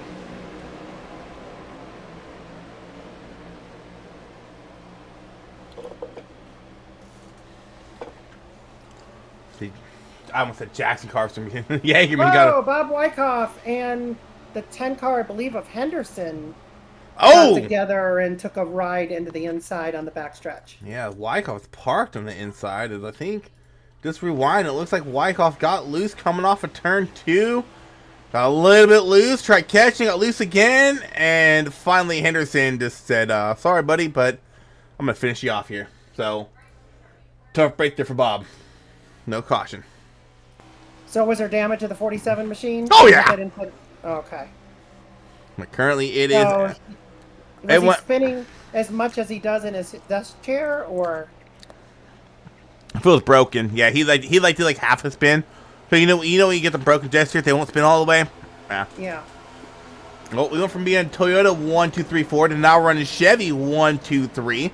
Tristan Bailey currently running NP4 as Andrew Hernandez working on, I believe, the 51 of John Hopley, who's using some pit strategy to get some track position as it's working out for him. But, contact between Chris and Smith and Justin Lee Pearson. Gosh, he's going to fly. Cars everywhere. They're still wrecking. Now, they were spinning around in a chair like Bob Wyckoff does. Oh, for sure. Let's go back and see what happened here with the 24. Oh, that's a weird wreck. It almost looked like... Oh, go forward, damn it. Coming off of turn 2, Angel gets tight, working the inside of John Hopley. Pearson's right behind Hernandez, sees him. I think he goes to go low here. He does, and I don't think Chris Smith is aware of the slowdown as he just gets into the back of the 24. No, he just tried following the 24. It sent him around, and chaos ensued as you see the 24 bounce off the 45 back into the 21 of Chris Smith.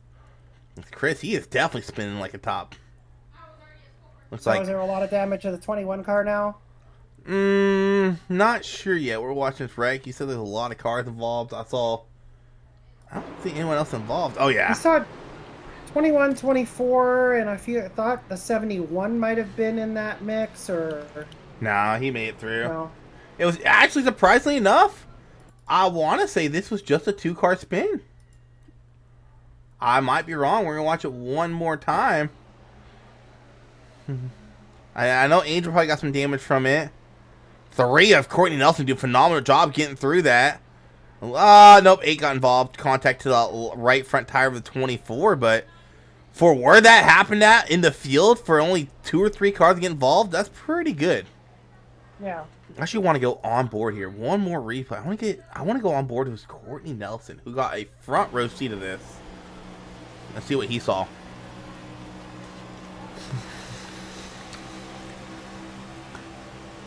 Oh my God! He couldn't see nothing. Oh, really? Oh, and then Davey Hendricks almost came up. Oh yeah. So when he was coming out of turn 2, right? As they started, like, Davey pulled in front of him, and then they start wrecking, and then you see the 24 come up, smack the 45, and Courtney Nelson yanks it hard left and avoids it all. Solid driving there for that 3 machine of Courtney Nelson.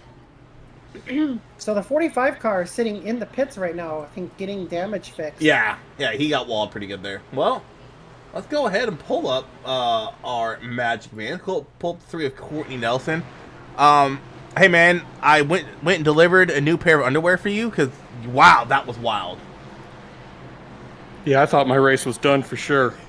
Yeah, I went on board with you, and you're coming out of turn 2, and Hendricks slides in front of you, and as soon as you slide in front of you, next you see the 24 go up in the wall, and man, what a move that was, yanking that wheel to the left and able to keep it going straight. But wow, dude, you've had a pretty rough race as far as running position goes. Usually we see you up in the top 5. I don't think we've seen the top 5 yet this race. Is it just this track, or what's going on with that? I extremely dislike 1.5 miles. So they just don't fit my style, anything else. So I struggle with them a lot. All right, man. Well, I'm currently running P8. Could be running P18 had you got caught up in that. Good luck the rest of this race, man.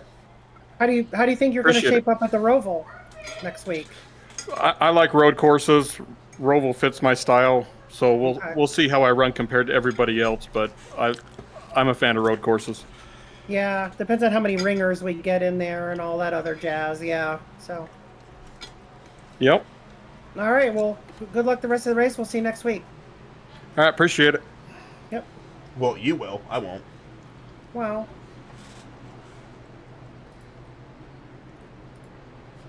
It'll depend on what Ford needs a sub next week. So. Here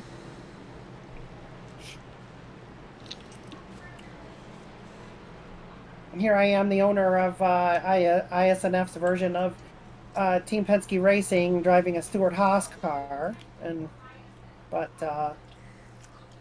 that's okay. Ford is the only car that I own in the next gen era, so is what it is.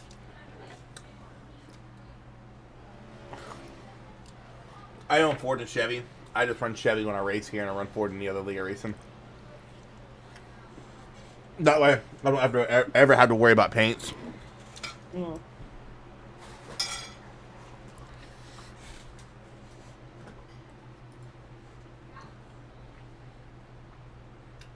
So who's sitting in the free pass spot now? Is it Danny Solo? I believe so. Yeah. Where's my car running? Never mind. I see it. I almost died. Yeah, you did, Barkley. Green flag, green flag. Your car has been having a quiet night, Bailey. Not Bailey. Wow, Robertson. 19. Who in the heck is driving that? No. Wait, no? Who? What number is Robertson? The 19, right? No, Roberson's over the 11 The car. 11. Oh, yeah. 11 car got wrecked out early. Yeah, he gone, somebody. Oh, we got some HMS cars and HMS supply cars running up front. Here comes the Joe Gibbs racing car, working his way around Steven Sear, now looking to the outside of Joey Maines. Joey Maines throwing a nasty block on that 20 into the tri-oval. Jack Yeager made it into the wall. He's going to put Joey Maines into the lead for the first time here tonight. Here comes Davey Hendricks right behind Tristan Bailey.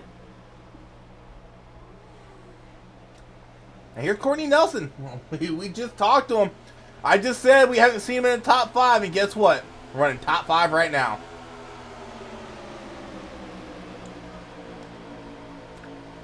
Ooh, almost contact between the 77 and 20. Bailey should be able to clear Jaegerman off of turn 2. He does. But Jaegerman on that outside line, he's going to have a run down the backstretch into turn 3. But he can't clear the 20. So the 20, Tristan Bailey should be able to get into P2 off of turn 4. And he does. And here comes Bobby Rafferty on the outside of Jaegerman. Now, dang it, Davey Hendricks. I don't know why the heck I get those two mixed up. Oh, I do it in the other league all the time. I don't know why. Now here's the question. How hard is Joey Maines going to try to fend off this 20 with 43 laps of racing to go? A little bit of contact back here between the 8 and the 9. But they kept it straight and heading the right direction here. Both multiple laps down. Racing for P99.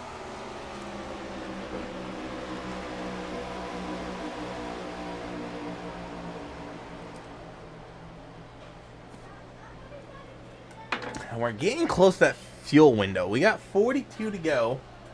41 next time by. If we see a caution here in the next couple laps, I would imagine everybody's going to come down for at least fuel. So you could make it to the end. Yep. Curtis Kelly, he's rebounded well. He's not running P5. After and his I'm sure issue. Chris Van Maastricht is extremely happy about that. Yeah.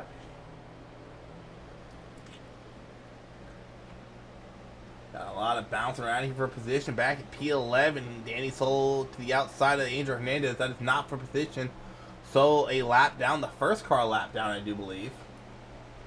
No, Delgado's. No, yeah, Danny Soul is the first car lap down.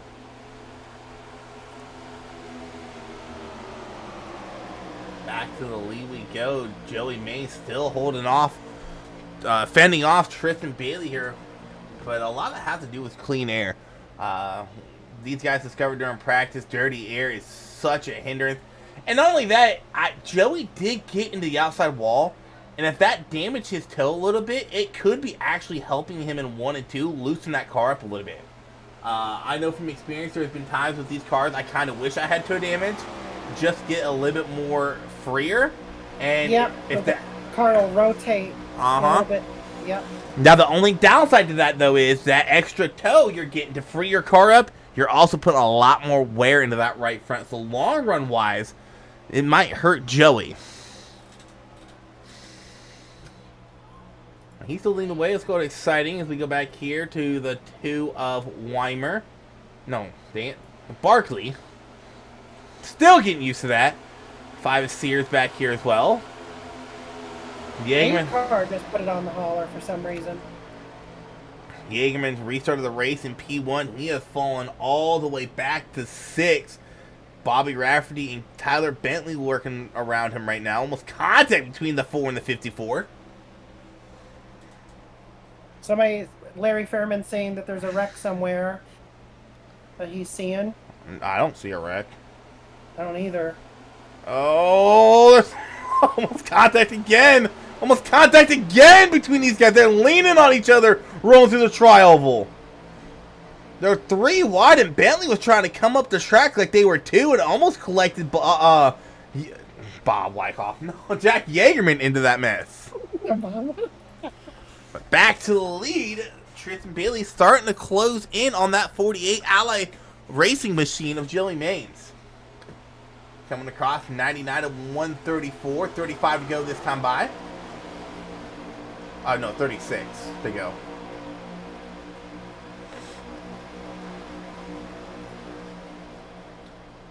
Tristan Bailey trying to get a little bit of side draft action coming off of turn 2. Joey Maines into the outside wall as they go down the backstretch. Door to door. They go into turn 2 or turn 3. Bailey sends it in deep to the inside. He's going to be able to clear Joey Maines off a corner exit. Tristan Bailey back to P1 in that 20 machine.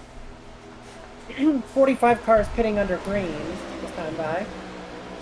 Smart move there by Angel. He knows he does not have the raw speed. Why not come down and try to short pit? He smokes some tires coming to pit lane.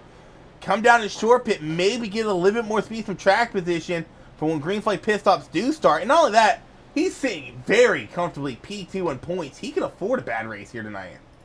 Yeah, he can afford to throw out a little bit of risk too in that sense too. Yep. Well, not only that, he has a win too. So he's already. Wow. What am I thinking? He's already locked in the Yeah. playoff. He's just racing for fun right now. Yeah, I think Angel knows his only hope to get more playoff points, because if I'm not mistaken, we do the same thing NASCAR does. The regular season winner gets 15 playoff points. His only hope to get more is he's going to have to win stages and win races. I don't see him taking over that points lead from Tristan Bailey. 78 points with Yeah. 6 to go. I don't see it. Very rarely do you see that gap close in actual NASCAR, let alone in iRacing. So Tristan Bailey starting to drive away from Joey Mays. Joey Mays actually kind of slid back a little bit into the grasp of Davey Hendricks at 23. I don't lie. If I'm Joey, I say pit here. Joey's sitting pretty comfortably in the playoffs, inside that playoff bubble as well. He's currently sitting P8 with 266 points. He's 38 above the cut line. If I'm Joey, why not risk it? You know, you're 38. Yeah. You're 38 above the cut line. There is only 17 on the lead lap. I think. Well, he may have, maybe he wants the freshest tires he can. Maybe he's going to split this. I mean, we went back green flag racing from the last drop of the green at when? How long has this stint been? Well, we had an immediate caution. I think we've been green flag racing for about 15 laps now. But Tristan Bailey actually slips up in 1 and 2. Joey Mays going to pull even down the backstretch. Bailey gets some help with the Toyota Companion in the 23 of Davey Hendricks as they roll door to door through 3 and 4. Oh, Joey Mays with an aggressive slide job off the 20s bumper. Joey Mays back in the lead. Justin Barkley getting on Steven Sear for P6.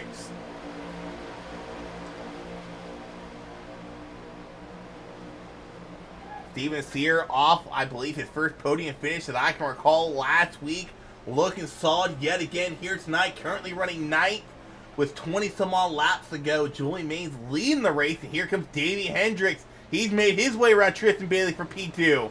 Davey Hendricks looking to the inside of Joey Mays. Going to get a little bit of help from Tristan Bailey. And, I mean, we talk about broadcast curse. How about a broadcast blessing? Courtney Nelson now into the mix running P4. Hadn't seen him in the top 5 all race long. We pull him up in the booth, and now he's sitting 4th, looking to get maybe 3rd. As Joey Mays got tight going through 1 and 2. Davey Hendricks in the lead. Tristan Bailey now into P2.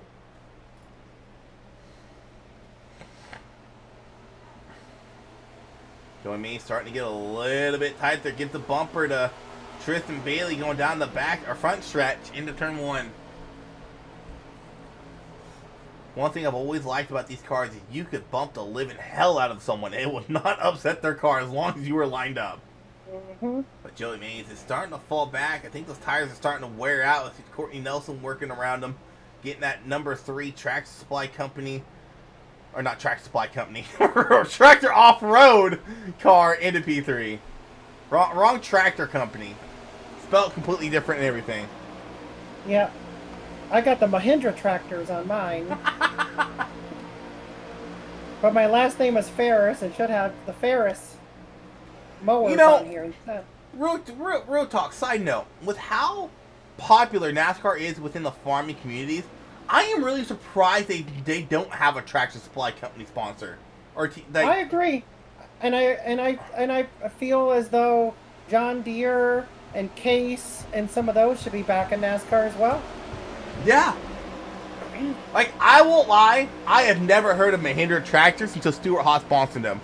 But funny enough, one of my customers on my route, they have a very old school Mahindra tractor. I looked at him, I'm like, I didn't even know that company was that old. He's like, oh yeah. He's like, this company's been around for a long time. I'm like, I didn't know. But then come to find out, my grandpa, all his tractors were Mahindra. I never knew that. And I went to my grandpa's farm almost every day, every summer. Like, I went and hay bales with them every summer. Never knew they were Mahindra. Apparently, he had 3 Mahindra tractor and 1 John Deere, which makes sense. He had 3 red tractors and 1 green one. I know. Green flag pit stops are occurring. We have the 15 car on pit road.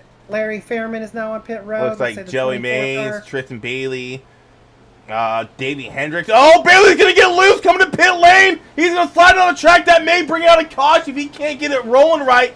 He's gonna do the smart move and back into pit lane. Very smart move. Tristan Bailey could have easily drove it off and caused yellow, but he did a very respectful thing. Backed it up, believe got a penalty, and kept it green for the time being.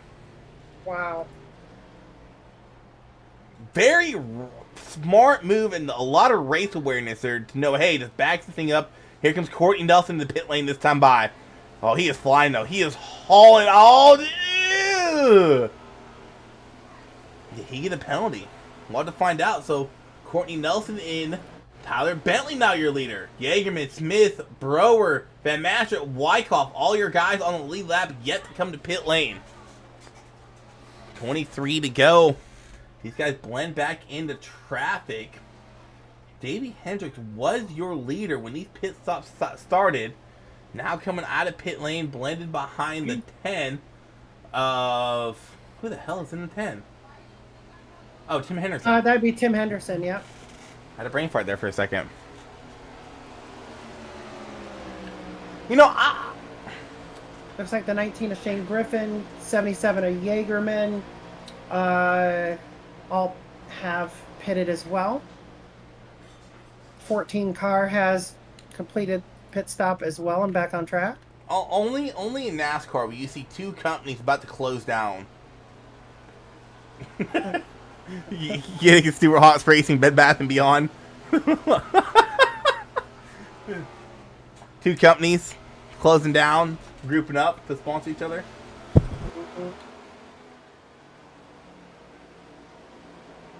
Well, it's just like Carvana. Sponsors Jimmy Johnson. That car has been underwater for quite some time now. Yeah, but Carvana's not going out of business, though, is it? I'm not sure. I don't know what the latest is on that deal, but...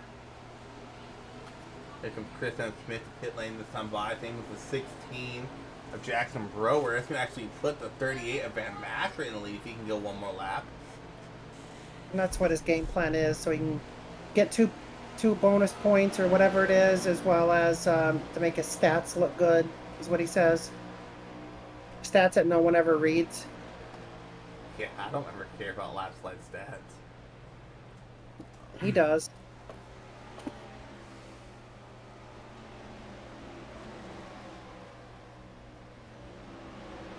I don't. Only time lap slide stats count is if you lead the most in a race, you get a point. Other than that, it don't matter, and they don't do that for left NASCAR no more. So I don't care who leads the most laps, because 9 times out of 10, the car that leads the most laps don't win the race. So Yeah, that's true. Because of the restarts. We always get the 41 car, somebody like that wrecking on the last lap, and well, it's these cars, because you could beat the living hell out of these cars and keep on going. I think Truex said it well. After Watkins Glen, he's like, that's what you get when you have a car that you could bump the living hell out of the guy in front of you to move him out of the way, and it don't damage your car. You try to bump, like you try to do what they did at Watkins Glen on a restart. If you try to do that in an old car, you would have a cave-in nose in a heartbeat. But if you high-five the wall on this car with the right front, then you're out of the race. Hey! It is not as bad as the dirt. Oh my gosh, the dirt late models. Though I am talking. You tap the wall, like poke it, and you're missing your whole right front. Your right front wheel falls off. Really quick, by the way, who was running P2? 47 Wyckoff. But they both need to pit. I thought you said that he had major front end damage to the car. He does. So does Chris. How are they leading the race then? Just because they didn't pit? I mean, should they be laps down with damage? No. Once again, it's this car. No, I tell you this much: when they do pit, they're gonna be a lap down. When they finally come to pit lane, let me pull up the pit strategy. Unless they Curtis catch a Kelly. caution Curtis Kelly would be the leader. Yeah. Wow, what a change that would be. Getting Yeah. caught up in some drama earlier on and win the race. I mean, 16 to go. Well, I'll have to wait for it to click back over to see where Davey's at behind him. Davey's currently running in 4th, which would be 2nd. And Davey is actually 3 seconds behind Curtis Kelly, so... Now, how soon is it before Chris goes a lap down, despite being in the lead? Oh, Chris will lap down immediately, because Chris is barely in the lead. Okay.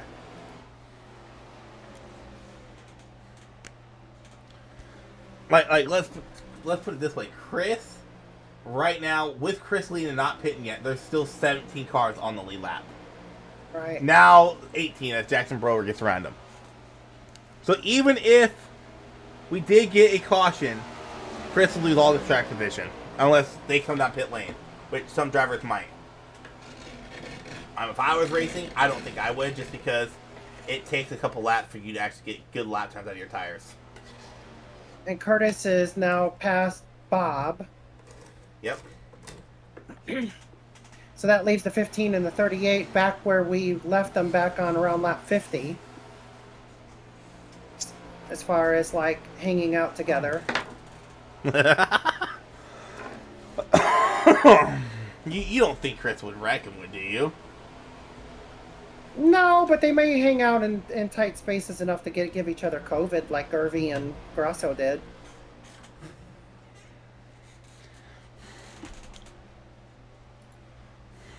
Yeah, and Curtis is catching Chris. I don't know if Chris is trying to make it on fuel. There's no way. Stint lane. There is there's no way. He's on lap 35. There's no way in hell you're saving 30. He last pitted on lap 86. So there's not a chance. There's not even a chance in Hell, Michigan. The town of Hell, Michigan, freezing over that Chris is going to make it. So.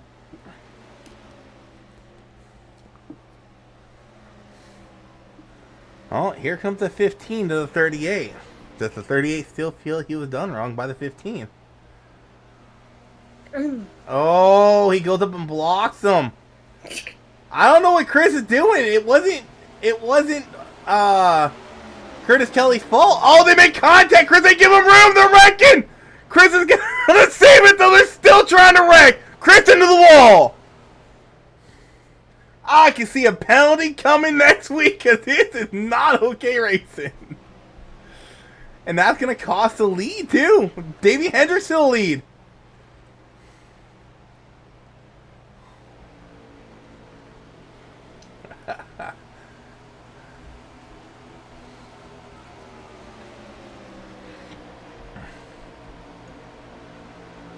Curtis Kelly's wondering if Chris needs nitrogen in order to have his voice talk like that, and that Chris was wondering why Curtis Kelly wasn't knowing how to merge properly.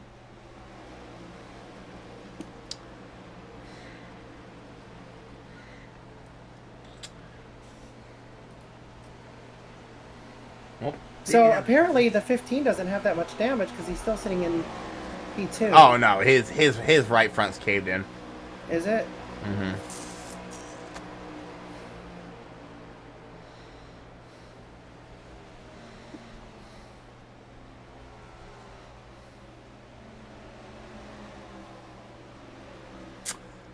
I'll tell you this much. I'm surprised Curtis Kelly didn't wreck him. If he would have wrecked him there, it would have been very, very well deserved.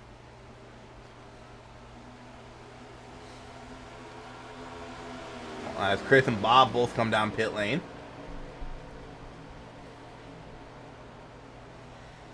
They're more than likely to go a lap down. Bobby Rafferty's trying to play a little bit of referee in this Curtis Kelly and Chris Van Maastricht situation. I mean, I'll play referee. Red flag on the 38. DQ from the race. Red flag? Yeah, red flag them.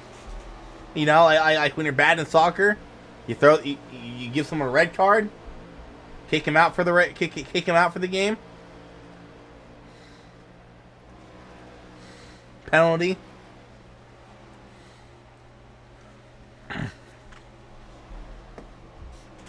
Because he was racing Curtis Kelly like that because he still feels like Curtis Kelly wrecked him early in the race when that's not the case. He pushed Curtis Kelly into the wall and there's nowhere for Curtis to go. Yeah. I just realized about Davey. Davey has 6 starts. He's either top 10 or DNF'd. He has never gotten a top 5. Look for his first one here with 6 to go. Justin Barkley running P3. We haven't talked about him in a bit since green flag pit stops. Courtney Nelson P4. As here comes the 4. Tyler Bentley, actually. These two are going to be duking it out for 4th. Actually, this is going to be battle for 2nd because they've all caught the 15 of Curtis Kelly. 4-way battle for P2.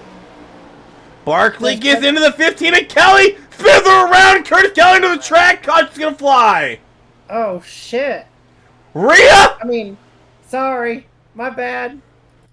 Oh, snap. You can go back and bleep it out. I'm about to fine you. I'm about to upcharge me. So how the 15 car... So how did... Oh, Joey Maines is blown up with wheel damage on the inside. What happened to him? Oh, he just annihilated the 15. Oh 48? my god, yes. So, I don't know. Oh, I'm trying to go back and watch this because I don't want to fault Barkley here, but Mr. I like you and all. Oh, Barkley, you know what? I can't believe I'm saying this because Barkley doesn't ever make these type of mistakes. He misjudged where he was at. He went to come back up to merge behind the 15 and make... I don't think... Let me rewind this real quick. I don't think there's anything... No, Curtis Kelly... No. So there's nothing here that I feel Barkley would intentionally wreck him for, and this is why I'm saying this. So Barkley, right here, he goes to come back up on the track, and I think he completely misjudges where he's at, and just barely nicks that left rear of the 15, and sends the 15 around. They make contact again, and now I think they are still hooked together right here. They're still hooked together. The 15 gets spun around, and this is where Joey Mays is involved. Watch this impact. So the 15, very, very hard impact to that outside wall. Bounces off of it, and Joey Mays just had nowhere to go.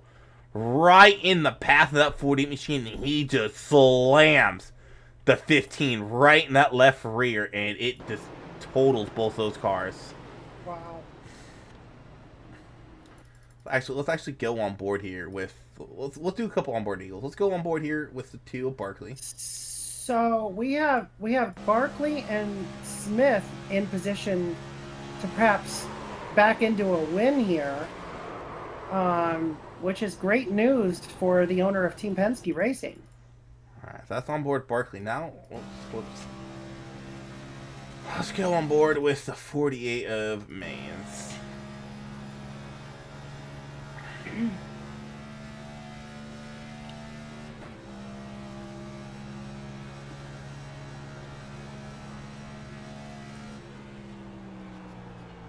Oh my gosh! Yeah, there's nothing Joey can do. Nothing. Wow. What a hit.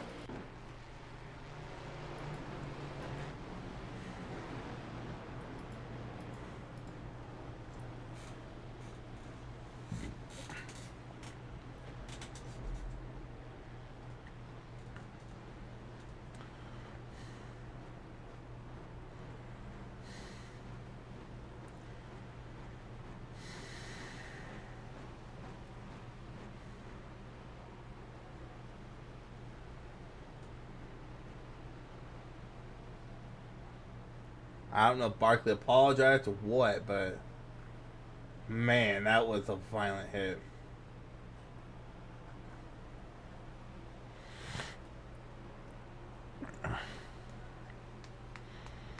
Danny Solo back on the lead lap. Finally. He might have a shot at winning.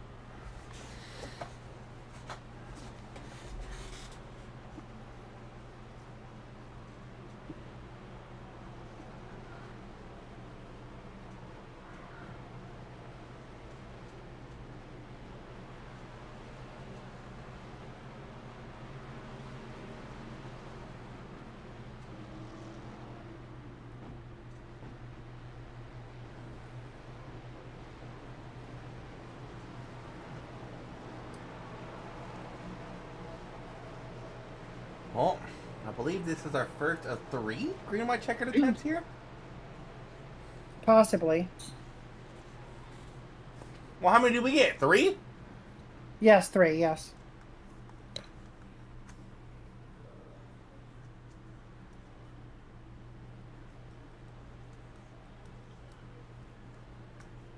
I mean, that caution came out inside 5 to go, so yeah, we're on lap 134 now. So this is a green white checkered.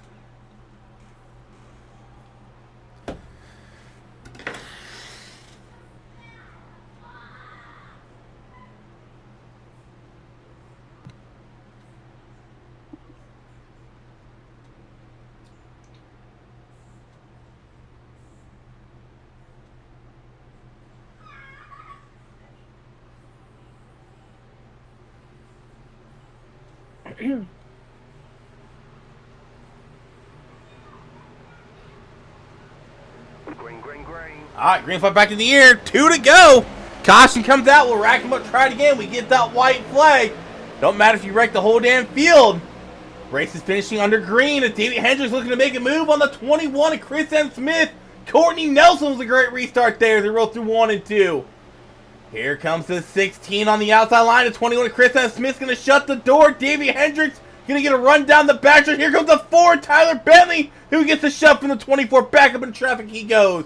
And they're wrecking. No, they save it. Nope, they're wrecking 4 hard on the outside wall. No caution. White flag is out. Courtney Nelson leading the way. Davey Hendricks on the fresh tires is behind him. 1 to go. Can Davey Hendricks on the fresh tires get it done? He's going to look down low in the 3 and get a run down the backstretch. Davey Hendricks has 6 starts, never won a race. It looks like he's going to get it done here. Sends it in deep into turn 3, out of turn 4 for the final time here tonight. Davey Hendricks will win his first race here in the Isnf Cup Series. Courtney Nelson P2, Barkley round out your top 3.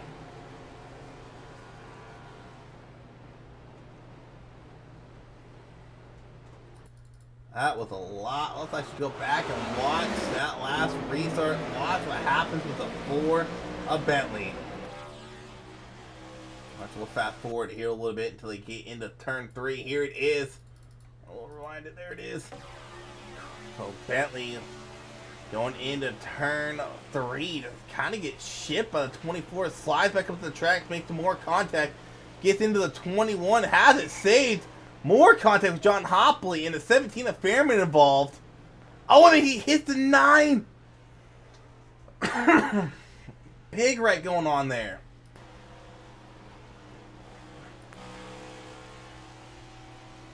And here's a pass Davey Hendricks does on Courtney Nelson for the win, going down the backstretch into turn 2, or turn 4, turn 3.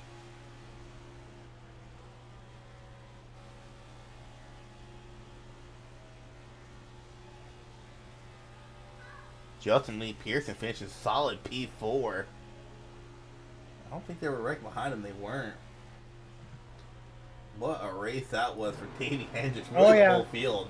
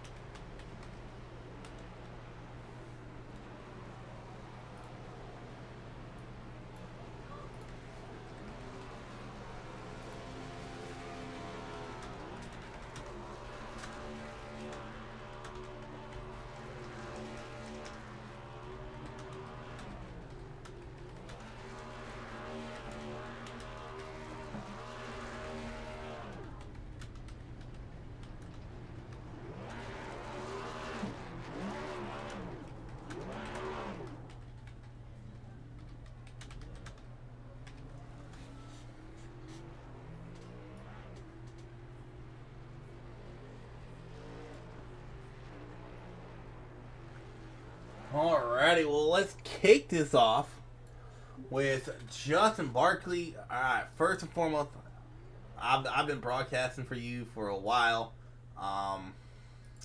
We ran multiple leagues together. What happened with the 15? I don't know if you were pissed off at him or you just completely misjudged where you were at when you're coming back up on track.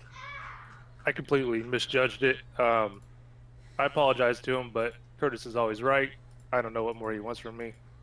But I apologize. I messed up. So. Yeah, because I went back and watched a little bit. I mean, 'cause I know how all of us races are. If we felt we were done wrong, we're gonna pay it back eventually. And I was like, there was no interaction between them. So I was like, I feel Barkley made a very rare mistake and was just trying to merge back up on track and misjudged it by an inch. And unfortunately, it ruined his night. I saw his quarter panel.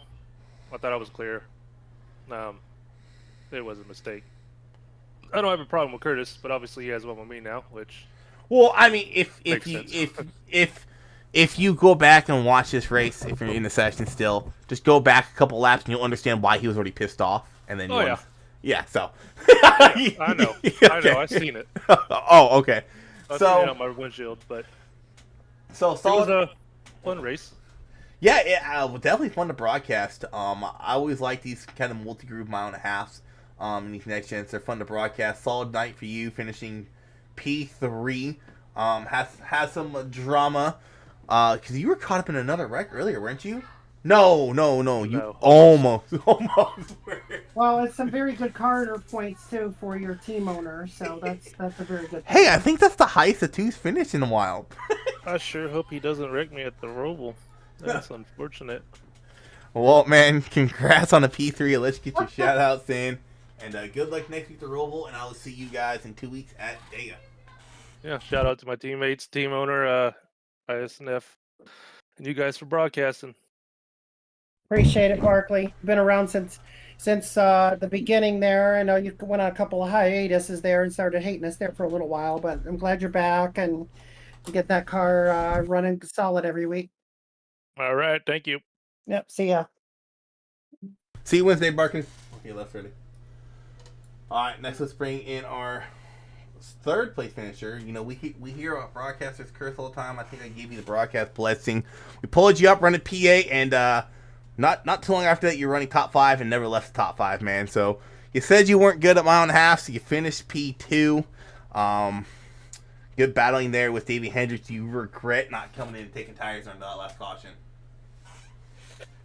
No, because I figured if me and him, because I seen him going in to take tires, I figured if me and him went in to get tires, everybody else would stay out, so I elected to stay out. You were probably just hoping people in old tires were going to hold them up a little bit longer.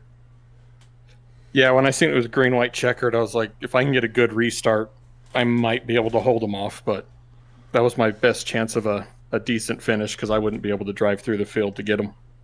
I was like, decent finish? You finished second, but I get what you're saying. Well, you come into this race sitting comfortably third place in points. Solid points night here. I mean, what you got to win too? What am I saying? But as far as I got 2 of them, I think, this year. You got 2, yeah. But as far as points for the end of the season go, you're still sitting third. If you can finish third, it gives you some more bonus points going into the playoffs. So congrats on P2 here tonight. Good luck next week at the Roval, and good luck at Talladega in 2 weeks. We'll let you get your shout-outs in. All right, thank you guys for broadcasting. Rhea for putting the league on. All the guys that we've been racing with up front, I've been having a blast this year, so I'm glad I'm here. All right, man. Appreciate you being here. One final guy to pull up an interview. I'm no stranger to interviewing him. Davey Hendricks calling it, taking 2. I don't know if you took 2 or 4, but you came in, you took tires. You come out there, get a solid restart, got held up a little bit. Some aggressive driving. You dived in deep to turn 3, and you get your first win here in this league, dude. What a race you had. You were sitting top 5 for most of the night. Just some unfortunate stuff happened to some guys around you and able to take advantage of it. Yeah, I lucked out that sadly it's the Toyota teammates that caught the bad luck because they were the ones who were, I was racing with the most.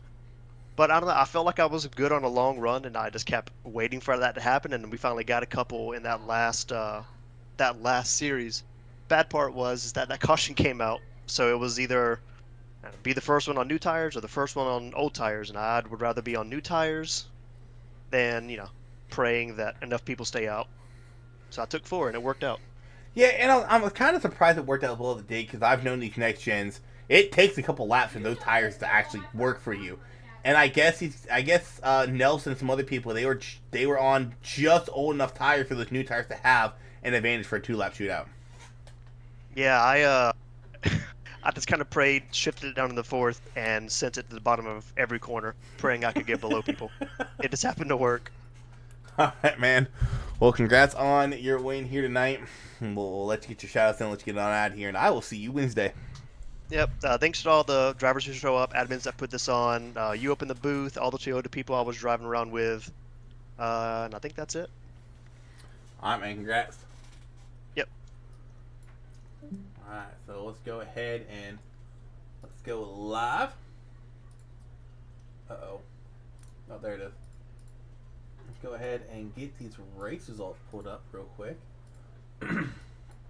Yeah, I've got those actually already installed as well into our simracerhub.com. All right, so my bad. David Hendricks getting that win. Nelson Barkley round out your podium finishers. Justin Lee Pearson, he needed a solid points night, and he got it. I would imagine he's top 16 now in points, and I got to feel comfortable with 5 to go. Jackson Brower, he has some issues. He bounced back. As a matter of fact, he was about to go a lap down earlier in the race. He's able to bounce back to a top 5. Bobby Rafferty, a very quiet P6 night.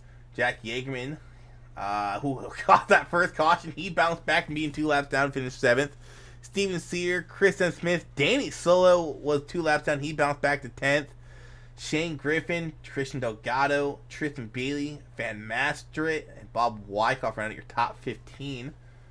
Sean Hopley, Jeff Weimer, Rhea Ferris, 16th, 17th, and 18th. Going on down the line. Uh-oh. Yep. You got Tyler Bentley and Robert Lynch rounding your top 20. Angel Hernandez, who was up there most of the race, damage caused. I can't remember what he got damaged from, but he was involved in a wreck. He's going to finish 21st because of it. Tim Henderson, Joey Mays, who's running very solid tonight, running top 5. He's going to ride up 23rd. Curtis Kelly, Larry Fairman, top 25. James Hislop, Brian Chu, Jackson Carr. Wow, he followed back here. Jared McCauley, Michael Everett, your top 30. Round out your field. You got Austin Cook, Matt Metler. I don't think critted. He didn't seem to. Oh, no, he did. Yeah, he did. Yeah, That's he did. right. Rosa Laszlo, Simone, he'll end up on his lid. He'll finish 34th. And Walker, who got caught up in the first lap wreck, 35th. And Craig Hawkins, who never gridded, will round out 36. He took the grid. He got caught up in the very first lap 1 with the Jack Yeagerman deal. He finished 0.98 laps. Where did Hislop finish? Oh, dang. Hislop, gained 10 spots. He came back in the race, and he finished 26. Yes, he did. And also, too, I wanted to mention Justin Lee Pearson did gain 7 spots in the stand. Now sits P11 in the point standings. And then Bob Wyckoff also went up 2 positions in the point standings. He's now sitting P14 after tonight's race. Alrighty, well, like you heard us saying, we do got Roval next week.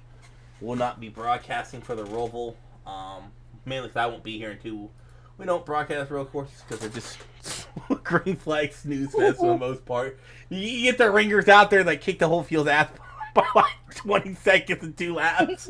Eric. So we'll be back full length, 500 miles, 200 laps. Yep. No, 108. Yeah. Is it 188? 188. That's right, because Talladega is 2.6 something miles. Let's go. So 188 laps at Talladega we got coming up in 2 weeks. It's getting down to nitty gritty. We have 5 races left to the playoffs. It's getting to that point where people are loading the races. They're getting a little bit more antsier. They might start making some more aggressive moves because they want to make the playoffs, and it's going to get sketchy from here on out. So make sure you guys tune in for that. we'll see you guys next time. Y'all stay safe. Have a safe week, 2 weeks. And enjoy your trip to the Pacific Northwest, the land of coffee, rain, and Seattle dogs. I'm hoping I can go hang out with Matt Forens. I'm trying to see what he's doing. So hopefully I can meet up with Matt Forens. We can hang out and That'd be pretty cool. Yeah. So we'll catch you guys in 2 weeks. Y'all stay safe. Hopefully I don't die on the drive back. But we'll see you guys in 2 weeks. Actually, you'll be passing by a bunch of ISNF drivers on the way back. Yeah, You should I ain't stop and see stop. them. No!